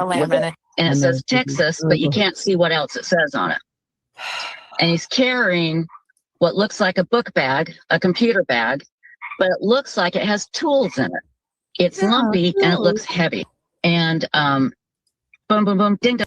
Coming from the boom, boom, boom, ding dong lady carrying a phone of a dead woman, of her dead friend, subscriber, supporter. We don't know the extent of that. And she's got her phone and she's lying to the friend of 35 years saying, yeah, I lost it. I don't know. How dare you? How dare you be looking for it, Daphne? Piece of shit. Right? That's what it sounds like. It's really gross. And it's like she's ingratiating herself in these little stories, creating some, I think, in order to, like how her and Lauren do with Megan, how Megan does. They try to make themselves more relevant. Okay. It's more of an asset or more related. I don't know. It's fucking weird. Fucking weird. Weirdos. Continuing for 3 full minutes. And then all of a sudden, and he's looking at his phone the whole time he's doing this. All of a sudden, he stops and he literally jumps in his car, which is parked behind mine, and takes off. He did not have as she waited 3 minutes while he bang, bang, bang, ding dong on her door. Well, people, there's people who can read the room, they're like, okay, nobody's coming to the door. Let me leave, and the fact that she did this on the back, in my opinion, the exploitation to drive fear, to just create what's already been out there with Nancy Guthrie and Porch Guy, right? Like, to me, I was like, whoa, that's blaring. I don't like that. That's gross. That is fucking gross. I mean, grandmas all over the world were probably feeling a little less safe, if they were keeping up with a Nancy Guthrie. Hell, I think we all are, male or female, old or young. I mean, shit. And to me, it's like that. I don't know. He'd have to prove it to me. You'd have to prove me that was not their idea. Oh, let's, I'm telling you, I'm wondered even if it was an actor or somebody, that she gave some free tuna to, or some cheese whiz or something. I don't know. I put nothing past these people now. Like, oh my God, I can't believe I've let them in. I can't believe they are running free amongst. God, we got to stop people who have murdered loved ones from reaching these people. I don't ever want them to cross paths with Trisha, in my opinion, for safety. Whew. license on the front of his car. In Texas, you're required to have it both front and back. Stacy, there you go, son, was able to figure out, I know his name now, the tag, what government agency the tag was from. Because in Texas, and I called the police, I made a police report. I'm like, yeah, can I make a police report for aggressive doorbell ringing? Dream Feed Media proved that to be a lie. But we couldn't read what the tag said. It just said Texas, and then it had certain lines on it. And well, in Texas, what the cop told me was that if you go like door to, if you show up and you work for an agency, you have to have an ID that shows your license, has your license number that for whatever government agency you work for. Well, what was the agency that your son was able to figure out was the card? It's like a Texas Department of Insurance. I'll have to go double check. Insurance and final. It was, what was it? I'm afraid to look because I'm afraid it will here. Stop. It's like Texas. Yeah, Texas Department of Insurance. Oh my but God. It was all. But it also says insurance, HMO, and final. What was the one? Final. Oh, okay, yeah. Life, accident, health, and HMO final expenses. Final expenses, yeah. Like an agency that says, hey, you have money coming from you for an insurance company, or from an insurance policy, or you owe money because whatever. That's what the agency he was claiming to represent. But Stacy called that agency, and they told her they would absolutely leave a card, or more likely leave a letter in an envelope saying, we've been here, here's why, blah, blah, blah. But none of that. He did none of that. And here. Another thing that they do is they always have all the answers. Okay. All the answers. Here's the strangest.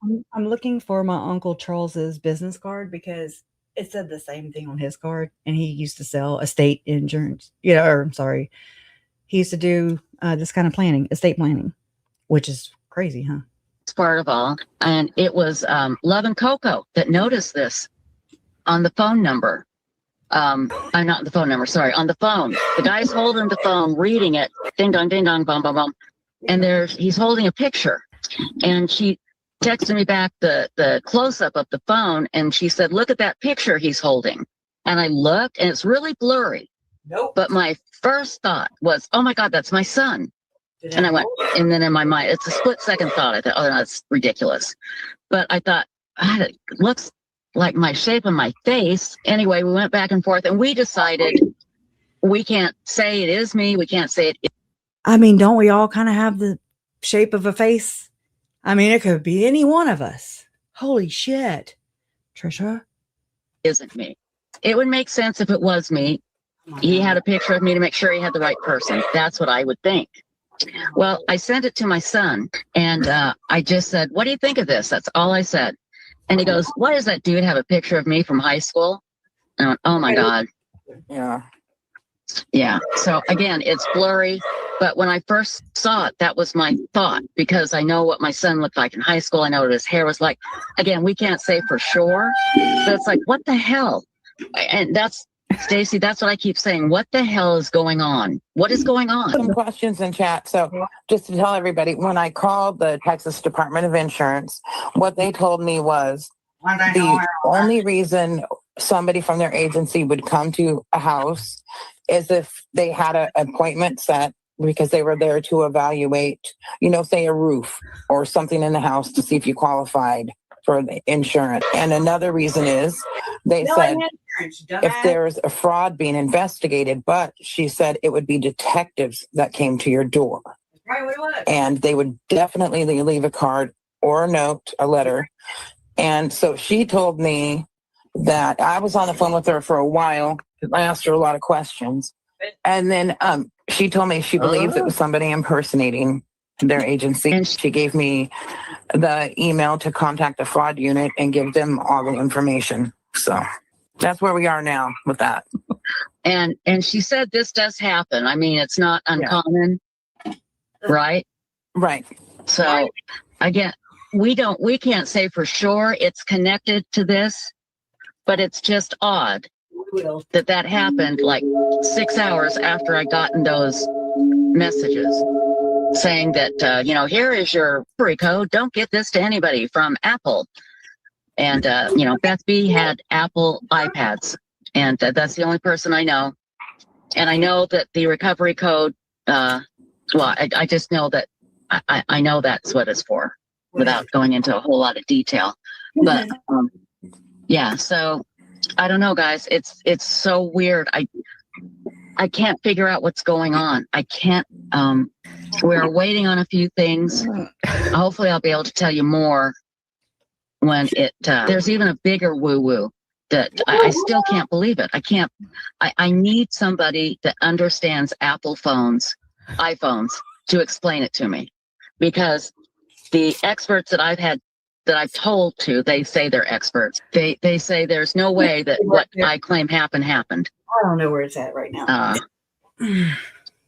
And I got to figure it out. I don't know. I will say that when I showed the lawyer my evidence, he said to me a couple of times that this is bigger than the both of us, so get ready. Whatever that means. Yeah. I'm trying to decide who's going to play Stacy and who's going to play her son. That don't mean you get paid. And poor Beth B. I mean, she didn't want any of this. She thought everything was all set up nice, that everything. And she died. And so when people die, you can't take it with you, honey. She's not worried about you. Trust me. She didn't want to bother anybody. That was her big thing. She didn't want to bother anybody. Yeah. Oh yeah, she would not be happy. No, I try and think about I know what she would do if she were me. She'd be doing exactly what I'm doing. Exactly. Yeah. She got a restraining order stat. But if she were here, she'd be telling me, don't do it. Don't worry about it. Just move on. And that's what she'd be telling me. But she's a big fat hypocrite because she would not do that herself. If the situation was reversed and I was the one that was gone and she was discovering this, she wouldn't rest. If you were gone, I don't think that she would be able to be getting anything. I don't think you'd have anything to give her, in my honest opinion. What you got to offer? Until it was figured out. I don't know what's going to happen, but I'm just glad that what we found is now in the appropriate hands. But again, we're just waiting to see what happens. I maybe nothing will happen, you guys. I just don't know. We're gonna find out. And I know I'm speaking in tongues in like just in tongues. That's Jolene. yeah, blah, blah, blah, blah, blah. No, I'm speaking, in just not giving you real information, but I really do want to talk about it because I would like. Yeah, those are Jolene's sound bites, but you can't, if you erase those, then it can take away the voice too. So yeah, I do too, though. I love these sound bites. To get I'd like to get your thoughts, but I can't tell you. I really can't tell you anymore. I wish I could. I am certainly not saying, oh, my life's in danger or nothing dramatic like that. Everybody else I don't know what's going on. I just know somebody really wants that phone. Yeah. Damn them. So, okay, I may step out here, guys, and take my flashlight with me for just a second. I don't want it to trigger the cops, though. I just want to take a look at the porch really quickly. I'll take you guys with me, okay? That was something that guy. Oh my God, shut up. She said something about the cops. Oh. Your thoughts, but I can't tell you. I really can't tell you anymore. I wish I could. I am certainly not saying, oh, my life's in danger or nothing dramatic like that. I don't know what's going on. I just know somebody really wants that phone. Yeah. So, okay, I may step out here, guys, and take my flashlight with me for just a second. I don't want it to trigger the cops, though. I just want to take a look at the porch really quickly. I'll take you guys with me, okay? That was. Don't want it to trigger the cops, though. I don't want it to trigger the cops, though. Let's hear that again. I wish this is in my Google Photos app, so I can't just hit my back buttons. So it sucks. Ready? I may step out here, guys, and take my flashlight with me for just a second. I don't want it to trigger the cops, though. I don't want it to trigger the cops, though.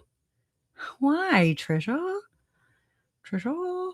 I just want to take a look at the porch really quickly. I'll take you guys with me, okay? That was something that guy flipping me off. I thought he was waving at me. I thought he was being nice. Then I realized my brights are right in his face, and it's like, oh, no wonder. Jesus. Yeah, I'm talking to my daughter. She's here. She got flipped off while she's driving by. You're right, Trisha. Yeah, I'm thinking, oh, he's waving at me. What a nice man. He did. Showing off the baby door. How nice. I need to take a picture of this car.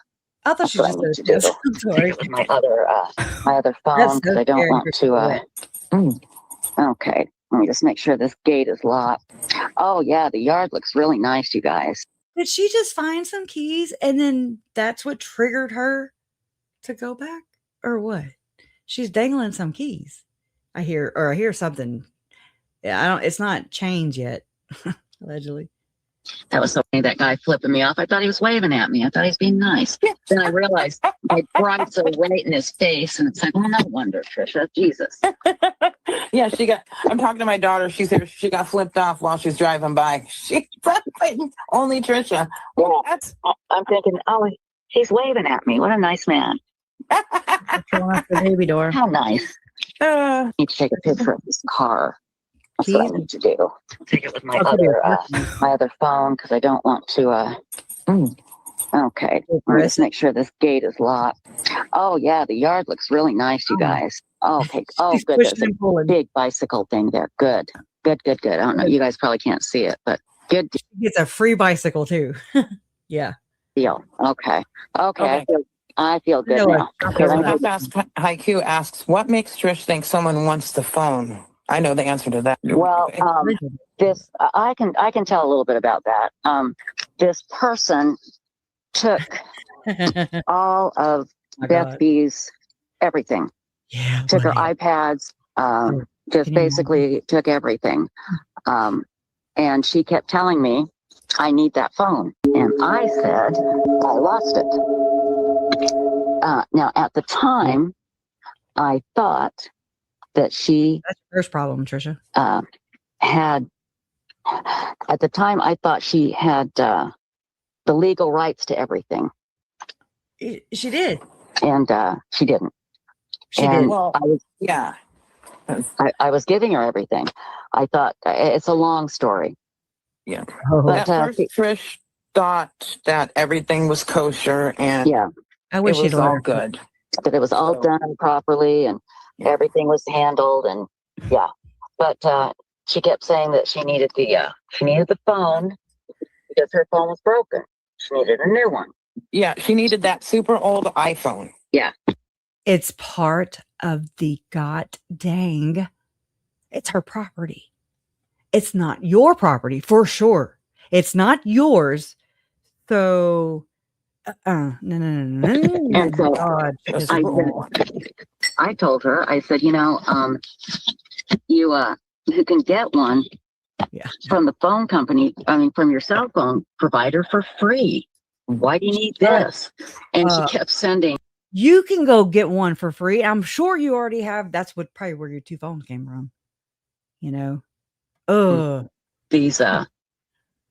These alarms, like, if you have an iPhone, an Apple iPhone, you lose it, you can send a siren, and it'd be like, woo, woo, woo. 5150. I'm thinking she don't, because she has an Android, so it's kind of weird, huh? And I mean, she don't even know how to work an iPhone, especially an old ancient one, right? Right, Colette? and then she called. She Oh goes, my did God, you hear it? what And I'd say, no, I didn't. Oh my God. What the fuck? I thought she just ran over a cat. She might have. Yeah, she needed that super old iPhone. Yeah. And so A super old one. I told her, I said, you can get one from the phone company, from your cell phone provider for free. Why do you need this? And she kept sending these alarms, like, if you have an iPhone, an Apple iPhone, you lose it, you can send a siren, and it'd be like, and then she called. She go, did you hear it? And I'd say, no, I didn't. No. I finally put it in my car because I didn't want to keep hearing that. So let's see. Let me get the camera out here. I don't think so. Yeah, it was all about preserving Beth B's stuff to make sure her wishes are done. And Shut the fuck up. it's, like I said, Trish at first was believing everything. And then as time went on, things got strange. And that's, and then Trish didn't want to believe it. She really had a hard time wrapping her head around this. So. Stacey, I cannot wait until all of us can say, we told you so. I didn't want to believe it. I really didn't, because I remember Stacey, and I'm like, I can't believe this is happening. And I'm afraid I don't want to say anything. I don't want to get this person in trouble. I don't think they're doing anything horrible. I just think that Yep. yeah. And I thought, I'm going to get him, I'm afraid I'll get him in trouble because I don't know. Oh my gosh, what am I going to do? But yeah, we thought everything was fixed. So much so that she did not call the police and make a report. That's how wrong, and how such big Hollywood ending fraud. No reports. Mm-hmm. We thought, by fixed, we thought all the good one. That everything in her estate was in order. And I think this person may have realized what we could find on that phone. Yeah. You find the will? Because, where did somebody found it, and it was not you that turned it in. Oh my God. Marlene Clausen says, do you think she watches you on here? She will know the phone is in the car. No, she doesn't. She actually thinks Trish is an idiot. She has no idea what she does, and she doesn't know what kind of people are around her that find this sort of thing. She has no idea. Right. Actually, the phone is no longer in the car. I can tell you that much. That was a while ago when I did that. And if she does watch me, good. Watch Guess me what? whip. Watch me You didn't fool anybody. She has no idea what I do. She has no idea the people around me and how many people I have around me.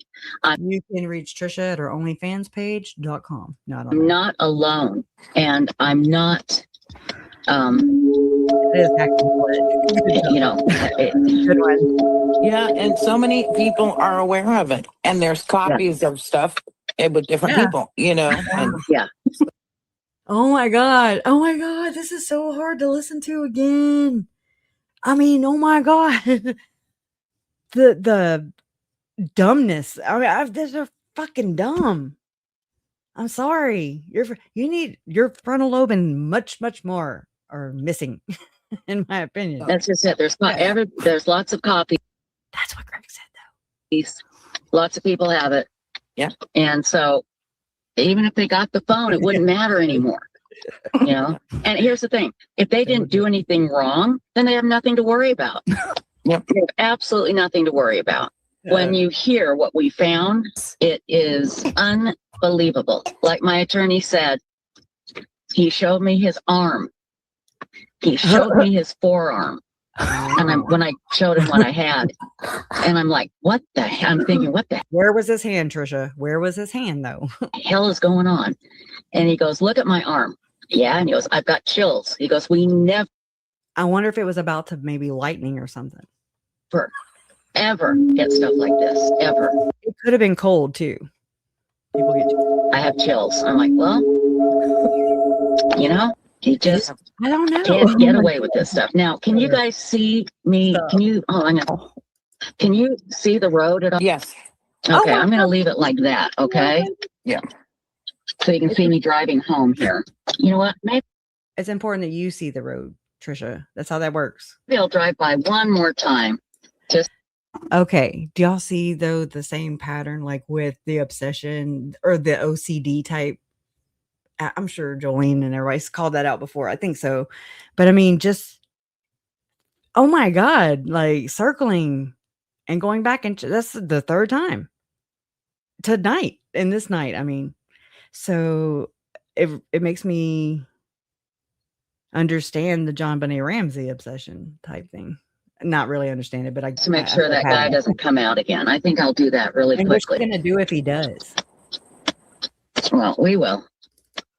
I just want to drive by one more time because I've seen me leave. I don't know who that guy was. He did go across the street. He sat in that. Oh shit! Who the fuck is that? Whoa, that's weird. Hold on, that just caught me off guard. I didn't mean to catch that. Out Or was again. that I think right? I'll do that really quickly. Well, we will. Please be a light. No, I just want to drive by one more time because I've seen me leave. Did y'all see that? I don't know who that guy was. He did go across the street. He sat in that car for an awful long time. That's a, okay, it's a light. All right. Woo. Da, da, da, da, da, dee, dee, dee, dee, dee, She got a soundtrack. dee, dee, dee, dee, dee. I bet you guys never thought you'd have this much fun on a Thursday night. Da, da, da, da, da, da, dee, dee, dee. Any other questions in chat? I wish I Yeah, I have all the questions, Trisha. I have so many questions. What is the fraud? Who is the person that wants this phone? What's going on? Why are Stacy and her son doing research for you? Why do you keep driving around the house? How long have you had OCD? What is going on, Trisha? Is it a Honda Civic you're driving? I have so many questions. Why haven't you been able to find an expert regarding iPhones? Is it just because you don't like their opinions on it, so you don't think they're experts? Who is this lawyer, and why does he have chills on his forearm only? I can't wait to tell you guys more I can't either. because it's such an amazing, isn't it, Stacy? Where did the insurance guy go? And what tools did he have in his backpack? And why did you describe it as lumpy? Sorry. it's Mashed potatoes are lumpy, not backpacks. been a ride so far, I'll tell you. God. Yeah. How horrible. trying to find all this and figure it out. And yeah, We knew something was up, you know, Yeah. but we didn't know what. We didn't know what. But we knew who. And when we found what we found, it was appalling. yeah. Oh, so bad. I mean, and that's the worst part is then we think of if there's other people that, you know, if you want to see it. Yeah. Might be having this problem. And the thing is, it breaks my heart. That was Jolene Lunzer, the comedian who broke this shit wide open. Holy shit. I remember being in the chat. Actually, I was listening to it because, of course, it was a new year and I was painting again, listening. And I mean, I remember like as Jolene was reviewing this, and, you know, she would comment and just, right. So I wasn't able to really pay attention to the chat because I was painting. And it's like, oh my God, you know, each little thing, each little self snitch, each little oddity. And it's like, to me, it at least felt like a general consensus of, oh my God, what the fuck is going on here? Like, this is not good. And then it's like, woo, it was like whiplash, kind of. I don't know if y'all experienced that too. Add to it or give your experience. But I mean, it was like, what the hell just happened? Like, what's happening right now? Why does it sound like we're accessories to a crime, or a lot of witnesses, it seems, instead of accessories? But not Stacy. Stacy's more of an accessory, I would think, allegedly. Oof. Hard to think of Beth B. and what she would think if Shame on you, lady. she were here and saw this. Oh my God. I can't imagine how betrayed she'd feel. Oh my God. No conscience, these ladies. She would be, it would be unbelievable. She wouldn't know what to do. Oh, She absolutely wouldn't. I mean, really, she would just be beside herself. yeah. Thank you. Oh my God. So there's some funny parts to it too. Oh my God. Thank you. There was an estate sale held before anybody had the rights to the estate. It was in June, which was the month after May. Beth B died mid-May. I remember June. I know that. Mm-hmm. And I called the guy that at the company that did it. And I didn't say a word about the estate sale. Okay. I asked him, I said, I have a friend that has an estate sale. You know, I said, you did such a great job with my friend's estate sale. I said, I would like to know, my friend wants to, you know, use a company for her family's estate sale, but she doesn't know the paperwork that she needs. So she was like, hey, I'm asking for a friend. What do you need? And he freaked out. So, well, your friends, I blah, blah, blah, and you started making all these excuses. I'm like, I'm not talking about my friend Beth B. I'm talking about somebody. And so he knew. Gosh, he knew that he knew that estate sale was not on the up and up. Yeah, and it's funny you mentioned that because my husband just asked me about that today when I mentioned, you know, somebody had tried to break in. He's all, well, because there's stuff in the house, and I go, well, no, there's not really, because this happened. How do y'all know? Well, there is some stuff. Yeah. How do you know? You know, it's older stuff and it's couches, but we think they may have been going for like copper wiring. I have that September 3rd video, which was the day before she left for CrimeCon. September 4th is when she left for CrimeCon 2025 last year. And she said that blue couch was, and she said the shelf was being stored in a house. So that's kind of funny that she just said it. Not funny, but of course, self-snitching, it sounds like to me. What do you need? And he freaked out. So, well, your friends, I blah, blah, blah, and you started making all these excuses. I'm like, I'm not talking about my friend Beth B. I'm talking about somebody. And so he knew that he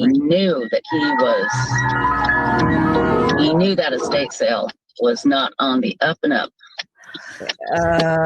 No. Yeah, and it's funny you mentioned that because my husband just asked me about that today when I mentioned, somebody had tried to break in. He's all, well, because there's stuff in the house, and I go, well, no, there's not really, because this happened. Right. Well, there is some stuff. Yeah. It's older stuff and it's couches, but we think they may have been going for like copper wiring and things. It looked like they broke in and like organized some stuff, and they were going to come back and get it, like boxes of stuff. Not someone that's very OCD-ish, or I don't know, circling. Because I don't take Trisha as being very organized, but maybe I always was better at organizing other people's things than mine. Anyways, like boxes of big wirings and things, and the only thing I can think of is copper wiring, and some old electronic stuff. I have a good idea. I have a good idea. Okay. I know because I have a brother, right, who has, lived a more rugged life, I'll just say. And I know that you can go and sell that kind of stuff, copper wiring and just different kind of metals like that. And they give you a receipt. I wonder if in Texas, do they do this? I'm gonna have to dig into it.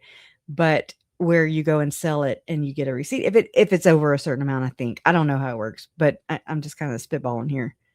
Not spit and spooge, but spitballing. Do y'all know what I'm talking about though? Where recycled stuff, metals, recycling, And I know that like I remember my brother like having to have, like I don't know, scrap metal. Yeah, scrap metal. You're not supposed to dump it, I think is what you said. Where'd it go? Oh, you're not supposed to dump. Right, but don't you go to the recycling stations or something? They weigh it, they pay you. And I think if it's over a certain amount, I'm just wondering or guessing, then like you get a receipt on it. Or sometimes, I don't know. I'll have to look into this. Okay. Yeah. For sure. Possibility. I don't know.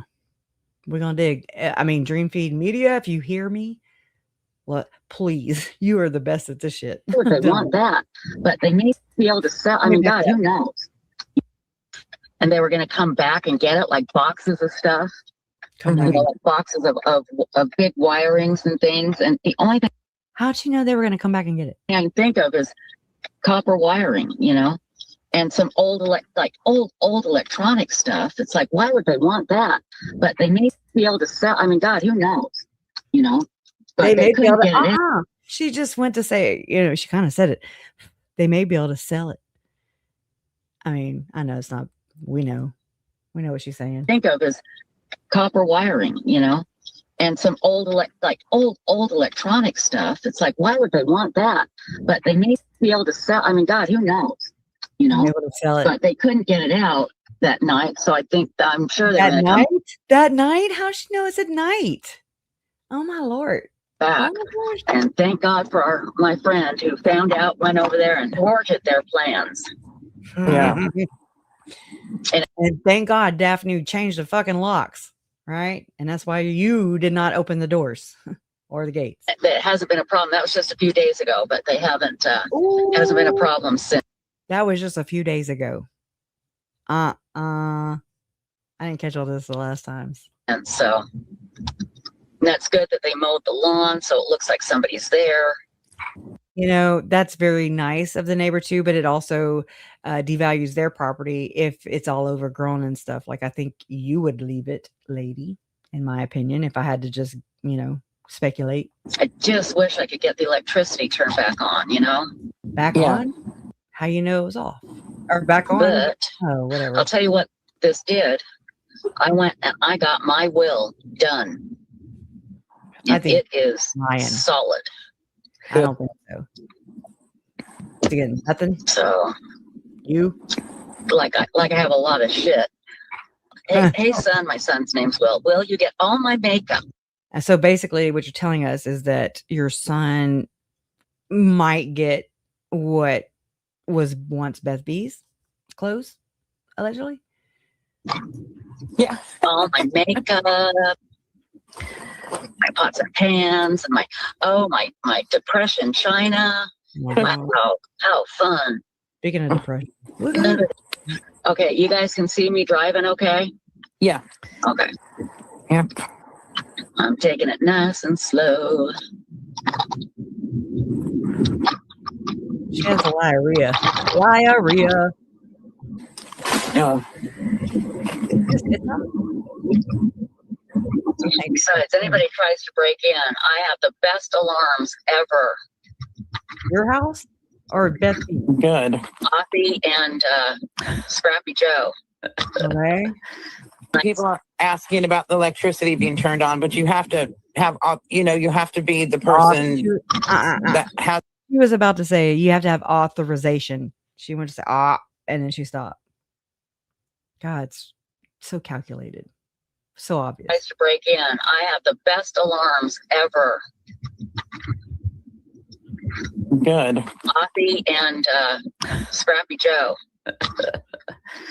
People are asking about the electricity being turned on, but you have to have, you have to be the person that has the house to be able to turn everything on. I have to prove that I'm there, and or that I have power of attorney or something, and that's what I can't figure out. That's what I think there. That's it. This is what she's trying. She is trying to, seems like, obtain or like squat in the house and be like, hell no, we won't go. I don't know. No, sorry. People are asking about the electricity being turned on, but you have to have, you have to be the person that has the house to be able to turn everything on. I have to prove that I'm there, and or that I have power of attorney or something, and that's what I can't figure out. I think there must have been some fraudulent documents of some sort to have that happen. Bing bong. Yeah, because it was purposely turned off. So well, first of all, I have Ring security or ADT security, and I sleep with my ladies, Eyes Smith open. and Wesson. Eyes open. And I sleep with a light on so I can see everything. I bet she sleeps upside, hanging like an old bat and a cowboy hat. But I told Stacy, I said, hey, after the live stream, will you drive over with me? Stay on the phone with me. And I think it was your idea, wasn't it? Yeah. Well, to take the live stream with us. Oh, that I'm not sure. I don't think so. I don't think that was my idea. Okay. Oh, you know what? She just involved herself in all the other things. This is the one thing I would have been like, yeah, sure. I'll tell you, I think it was Love and Coco's. Mm. She said, you should take the live stream. That'll be fun. There you go. Yeah. I mean, what? I wish a cop would just hit his lights right behind her right now. Ooh. Now, I can't, like I said, the thrill everybody must be having of watching Drive, listening to me talk. It's really gross. Y'all are just pissed off because you got found out. That's what this is. That's exactly what all this is. I dropped it. Very good. Any more questions in chat or anything? Yeah, we literally have every question you could possibly think of for the holes in your story. No, people are saying. I don't know what I think. That's Stacey. That's the only thing I can think of that a guy would want from me. Would be that phone. Why else would he do that? Yeah, that's We can't hear you over the frogs. Something to do with this. He didn't go to any other neighbor. I checked. He was specifically at my house. Yep. And that's the only thing it could be. And it happened just a few hours after I got those alerts. Saying that here's your code. Here's your recovery code. I think. Here's what I think he was going to say. Oh. I think he was going to say he was with that Department of Insurance, and that they were doing an investigation into Beth B's life insurance, and that they needed all her electronics to do the investigation. Life insurance, y'all. They do have national life insurance websites that I started to dig into, and then I got overwhelmed something else, I guess. But there are databases that you can go to and check. I'm putting that out there for anybody who just, is a nerd like me. I forgot about it actually. So yeah. Because I remember having this conversation with my mom before, like if they would just do away with life insurance policies, there'd be probably a lot less murders. I understand, right? That's the only thing I can think of. Yeah, it just, I mean, that it just is a kind of a moot point because right now, he wasn't legit. Right. Yeah, it wasn't. But, and then was that a picture of my son? What was he going to say? Oh, we have to bring your son in the investigation unless this is your son. Oh my gosh, he's paranoid. And that is crazy. Is this George and Stephanie name that keep coming up? Mostly with ping, and I don't know. I've heard it. Oh, my man just said everything's ready. Rice and gravy. Anyway, so Krisha, there was one time she kept calling Stacy Stephanie. At first I thought she was drunk or something, but now I wonder if that's her real name. And she also went by Stacy Smith or something in that secret Zoom meeting, kind of like the same ones that Lori used to hold with all the 7 gatherers, the OG, right? Gatherers that they tried to make that all nefarious too. I don't know. Anything's possible. Have y'all ever seen that show? It was back, I think it used to come on either E or HBO, and it was called The Riches, and it was Minnie Driver, and I don't remember all the other actors' names, but I mean, I used to go to Mom's house and we'd watch that, and it's like some gypsies or some, just I don't know, it's crazy. I don't know. I don't put nothing past these people now. We have to bring him into the investigation if you don't give us the phone. I can't. I'm trying to think like them, and I can't. Well, yeah, you won't be able to remember that. Yeah. And maybe it had nothing to do with that, but I can't imagine. It's just too much of a coincidence, Okay. To be getting all these alerts, and then boom, that happens. Right. And he's never come back. Yeah. So.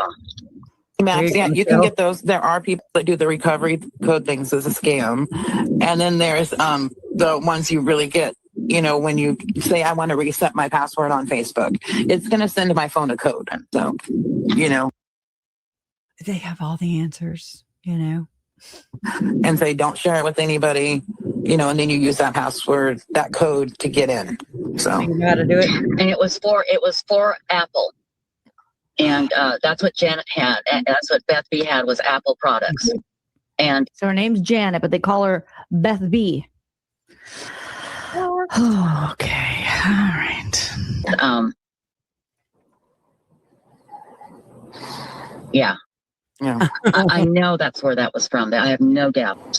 Is there anybody in chat that is like a really could say, I am an iPhone expert? I can tell you everything about an iPhone. I am an iPhone expert. Now, the issue with the text you're talking about, though, is even if we're iPhone experts, you're not going to know. You'd actually have to have the data. Well, that's true. So, yeah, they're just going to. People just accuse me of doing it. I mean, I'll take. Oh my God, that's the shit. She self snitches or. People accuse me. No, you came right out the gate, just like Lauren when she said that there were rumors out there that she was screwing or having an affair or whatever the hell she said on John with the investigator or somebody like that. Remember that? I did not know anything about that until Lauren entered it into public domain. Period. End of story. No doubt. Is there anybody in chat that is like that? Okay. All right. Yeah.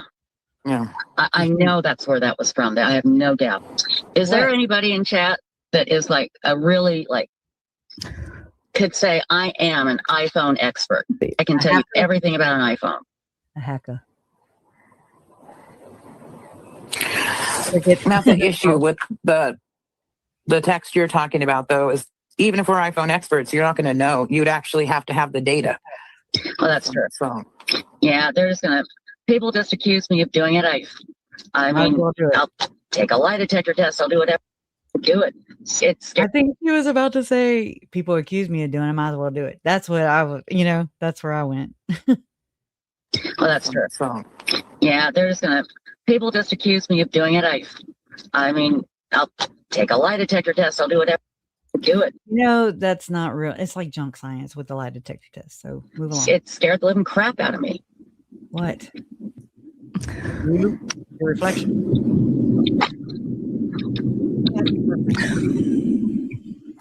Okay.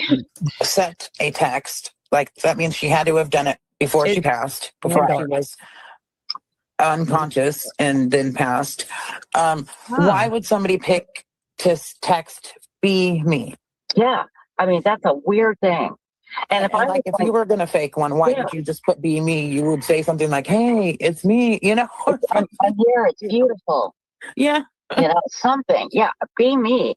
And it was capital B, little e, space M-E. The hell does that even mean? Well, we figured it out. Again, Betsy was a researcher, and I'll never forget, I'm holding her phone going, research. What can I research? I don't have anything opposed to research as I hold her phone. Okay, I'm sorry. Just because she was a researcher, and so you're claiming that she said "be me" from the other side, and then you're like, "Oh, okay, so I'm trying to be a researcher. I don't know what to research." You have a whole fucking true crime forum, allegedly. Okay. No. What the fuck? And it was capital B, little e, space M-E. The hell does that even mean? Well, we figured it out. Again, Betsy was a researcher, and I'll never forget, I'm holding her phone going, research. What can I research? I don't have anything opposed to research as I hold her phone. Wow. So here we go. Is she wielding it like it's a fucking magic wand or something? I have nothing to research. Oh my God. I had just pictured it like playing out in my head, like some She-Ra shit. Okay. Yeah, you're weird. Here we go. Won't reproduce. Oh, you guys, you are so kind to come with me. I hope I didn't bore anybody. Hostages. Oh, no. I hope I didn't, but Yes. I do appreciate it. Like I said, I was just gonna and I may do this again. I won't make you guys suffer and come with me. I'll just have somebody on the phone with me if I do this again. Yeah. I did not. I just wanted to check everything and make sure that that everything was okay. Can you hear me now? Yeah. Oh, there, DMAX, Beth B, autocorrect to be me. Yeah. That's Stupid really shit. interesting. That could be. Yeah. It's really not. But how did the Beth B get typed in there? DMAX, that is brilliant, actually. But you and I, we're kind of invested, so we see it from a different perspective. So it's good to ask other people, because like me, Invested. That's an interesting word. You and me, we're kind of invested. Yeah, you invested. That's really interesting. That could be, yeah. But how did the Beth B get typed in there? DMAX, that is brilliant, actually. But you and I, we're kind of invested, so we see it from a different perspective. So it's good to ask other people, because like me, I think of the letter I wrote, and then you're thinking of what she did, the researching. Right. We're thinking of personal things that go with it. Exactly. So we're different than everybody else. We're thinking of attaching ourselves personally to that message, but that's really good. Yeah. Be me, Beth B. Yeah. But see, that wasn't her real name, though. Remember, that was her username. So who would type in her username? You. To send me in a text. Okay, the iPad. This is a good question. Could the text have come from the iPad? Let me tell you about the iPad. The person that had it didn't know how to turn it on. Okay, I had to help them with that. They didn't know how to turn it on. They didn't know how to get to the email. And there would just be no way or no reason for that person to send me that text, because she wouldn't know how to do it. And why would she? But that's something that should be looked into. Yeah. But she didn't know how to turn it on. I had to help her. Wow. So Whole nother Because that was my level. first thought too. And then, no, what? I just had a thought. I'll have to tell you after. I just have, yeah. She's like, what? She's freaking out, y'all. Oh my God. I mean, I recognize that. Hypervigilance. To send me that text, because she wouldn't know how to do it. And why would she, you know? What? But that's something that should be looked into. Yeah. But she didn't know how to turn it on. I had to help her. So, because that was my first thought too. And then, no, what? I just had a thought. I'll have to tell you after. I just have, yeah. But I mean, that's what I'd like to see. You know, and I'm assuming if somebody was able to look at the phone, and they'd be able to tell. You know, Man, I mean, just how old could this freaking iPhone be? And I mean, did it have fingerprint, you know, where you use your fingerprint to get in? Did it just have the code? Like, how old are we talking here? Did it do facial recognition? I would love to see those pictures. If so, I mean, maybe not. She might be on the toilet. That's how I imagine that going down. but I don't even think the iPad was turned on at that point yet. How do you know? How would you? I don't think it was till later that it was actually turned on. Let's see. Yeah, but Beth B was How not would her you real know name. that? How would you even know that? If you did not have the the iPads, is that what she just now confused? Like, did she say iPads or iPhones? If somebody was able to look at the phone, and they'd be able to tell, you know. It's called Find My iPhone. But I don't even think the iPad was turned on at that point yet. iPad. Sounds like she was looking for Find My iPhone, which is, you know, Find My iPad, Find My iPhone, my product. Oh my God. I think it was till later that it was actually turned on. Let's see. Yeah, but Beth B was not her real name. That was her username here, just in this chat. Wow. If the cell was linked to the iPad, then all the text chains are on both. Well, that could be. Yep. I mean, it could be. Oh, they the are. cell could be linked to the iPad. But Sure. what I'm saying is the woman that had the iPad hadn't turned it on, and she wouldn't know how to text. And why would she text that? But again, I think that absolutely. Y'all, I'm telling. Oh my God, she straight up. Oh my God, Stacy has an iPhone. Absolutely should be looked at if we ever can. Mm-hmm. If we ever can. But there's another woo-woo that I can't tell you right now. That's not. But it's even bigger than that. And I've asked the iPhone people to explain it to me, and they say, well, no, there's no explanation. That couldn't happen. So that could not happen. That means you that means you did it because Stacy was in California allegedly. I don't know. Trisha, was the thread sending the Beanie on her iPhone showing where she sent it? Well, it was just from her phone to my phone. Was it another personality? Maybe. I don't know. It was. I had her phone. I had it sitting on my coffee table, and I was either down, I think, and I went to go pick up mine. And I know what you're saying. No, I had closed out. I had closed out of all of the text messages. So the only thing that was on the iPhone, I know what you're saying now, was the front. You know how the front shows all of the apps? That's what was showing. There was no thread that was open at all. Now, I had been in the threads earlier to see if there was anybody I needed to notify, but I knew all her friends. And so I had gotten out of of all the text messages. I'd gone into her emails to look at her emails. I went out of her emails, and then it was just the front of the phone that would eventually lock up, you know, and you have to put in the code. But and it was just the front of the phone with all of the whatchamacallums. God, what's the word I'm looking for? For fuck's sake. I don't know. Well, you know, like the emails and the apps. Yeah, thank you. The apps with all the apps on the front. Everything was closed out. When I heard, I jumped and I picked up my phone because I knew that was a text from her phone to my phone. Oh my God, she picked her phone up. And it said, "Be me." Yeah, the icons, the apps, the icons. That's what I was trying to think of. That's what I'd like to know, Phyllis. What cell tower? You know? Why aren't you Googling any of this stuff? I mean, maybe you learned that much from true crime, huh? Is this why you're not Googling anything? I mean, one would think, or binging. You know, she said she gave up Bing though because we picked on her. It could be on the same cell tower it could be the same one, but the cast team will find out, and it's about to be over. And I know people are going to think I did it. And I didn't do it. Why would I do that? That doesn't make any sense, you know? Felt so good to see everything all locked up over there. Oh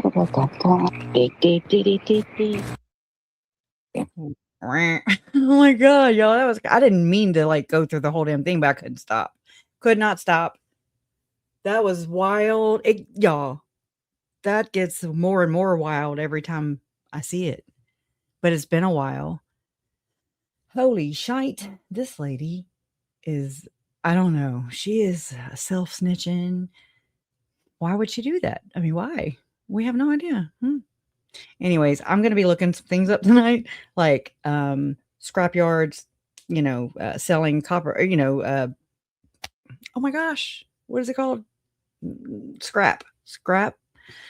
In Texas, what do you have to have, basically? And then I'm going to go plug that video of her September 3rd saying about storing her shelves and her couch in Bethby in a house. She said in a house. She did say that.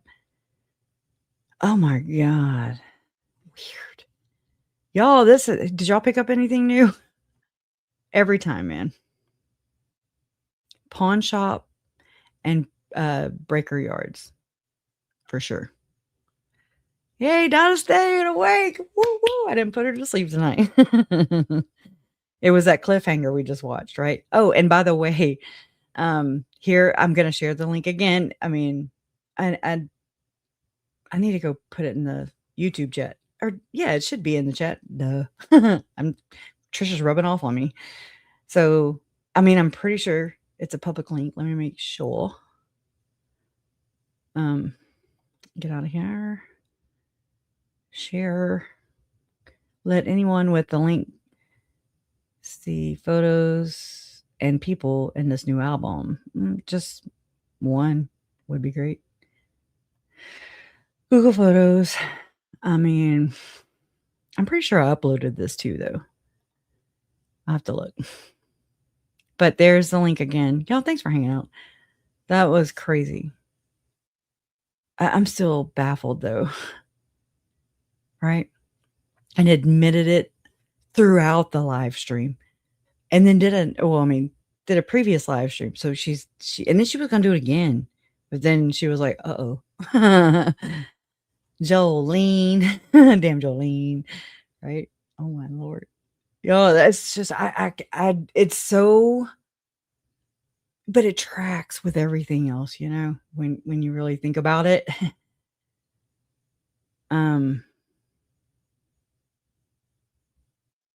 Yeah, big time. Sorry, I just saw another video.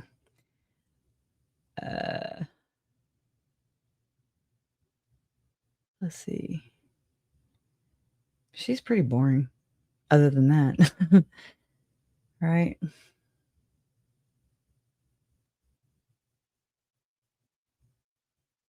Let me see what this one is. On the way out. Oh, thank you. Kendall Seymour. I'll look that up. And one other thing I want to tell our new Mad Chatter. Hang on here. Oh, no, this is her trying to sell herself.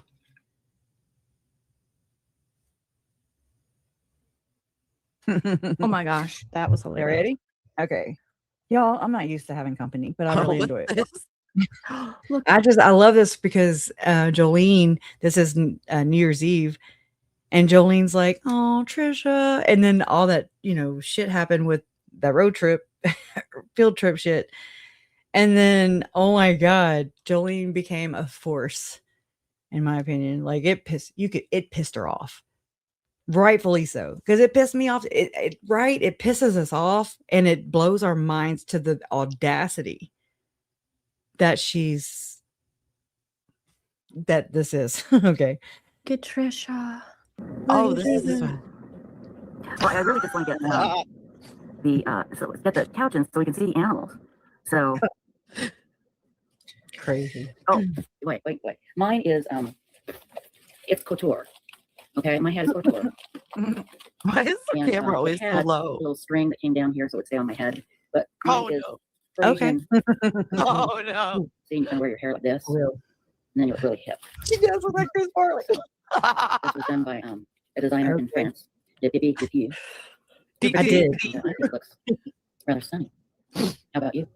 How about you? She says. That's where I found Web of Spook. Okay, so I'll schedule another live stream tomorrow and we'll start reading that. How about that? We'll start blogging. So there's more than just Web of Spook? Because that is a crazy story, first off. It's a hypothetical story about a lady who owned a true crime forum, not Web Sleuths. And her name was Trisha, I don't know how to say it, Baudet, Boudet. And it's like a hypothetical story. But it's very, very, very, it reminds me of somebody. Let's just say, hold on, watch. I'm going to show you real quick.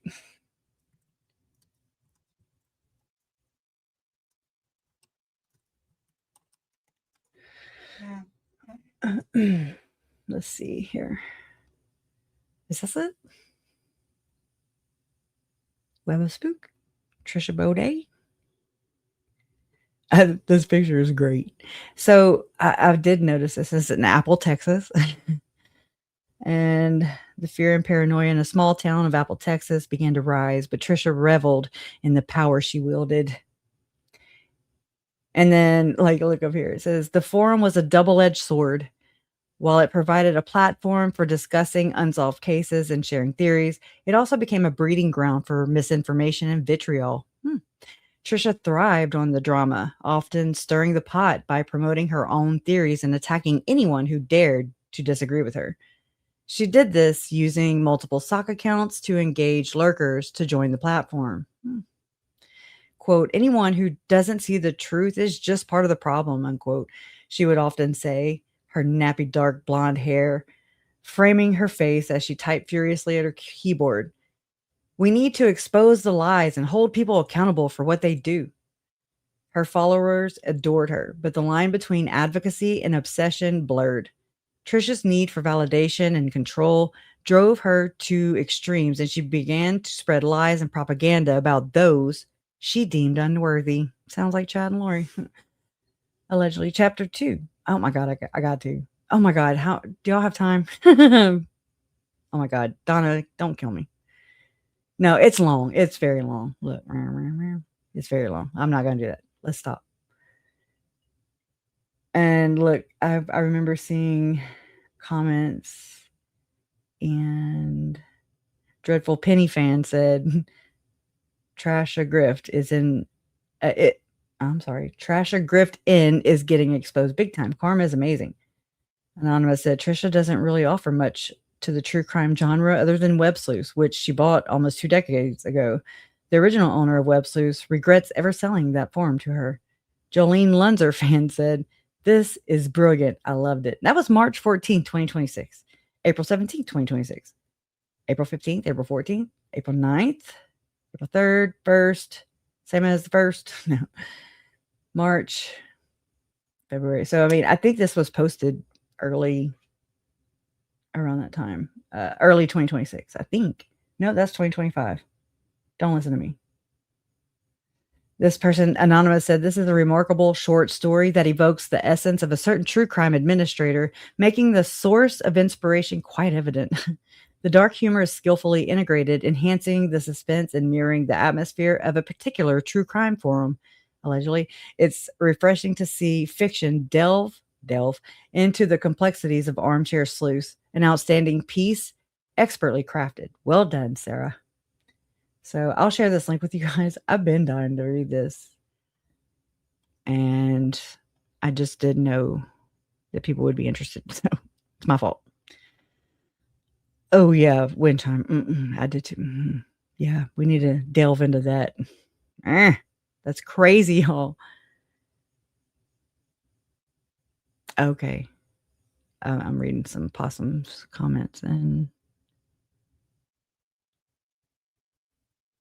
oh my God. Oh. We'll just say allegedly. We don't know. We don't know who's behind. We don't know you guys behind your pictures, you know? And I mean, that's kind of the beauty of it. That's the point, right?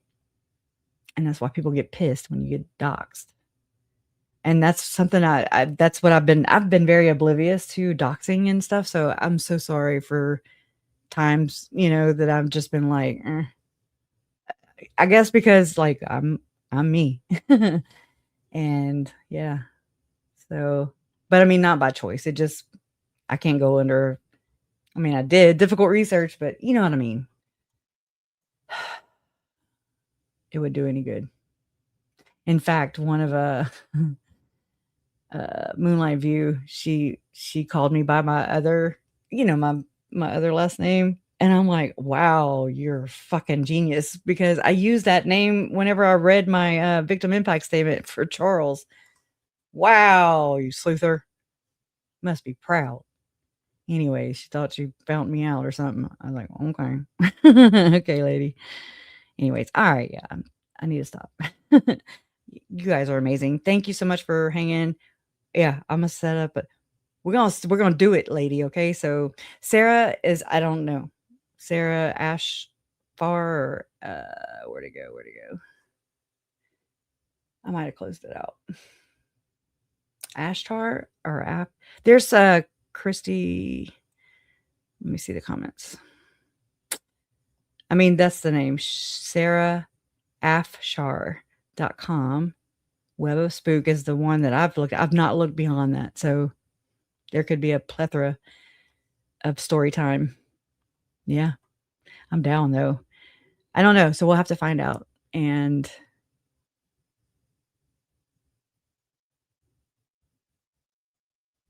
yeah. Okay. I'm gonna have to go back and read the damn comments. All right, guys. Several blogs she allegedly wrote about Trisha. Maybe. Years ago, Trisha went after her and outed her. Shocker. And I'm so sorry. All right, guys. Good night. Tomorrow's Monday.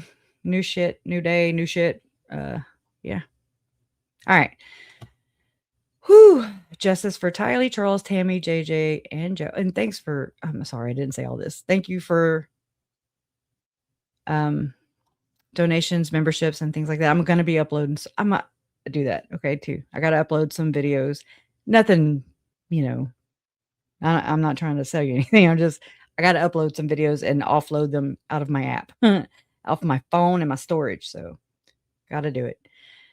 Justice for Tylee, Charles, Tammy, JJ, and Joe. Love always wins. You guys are proof, and I love it. Thank you so much for being here. Bye. Justice for Beth B, too.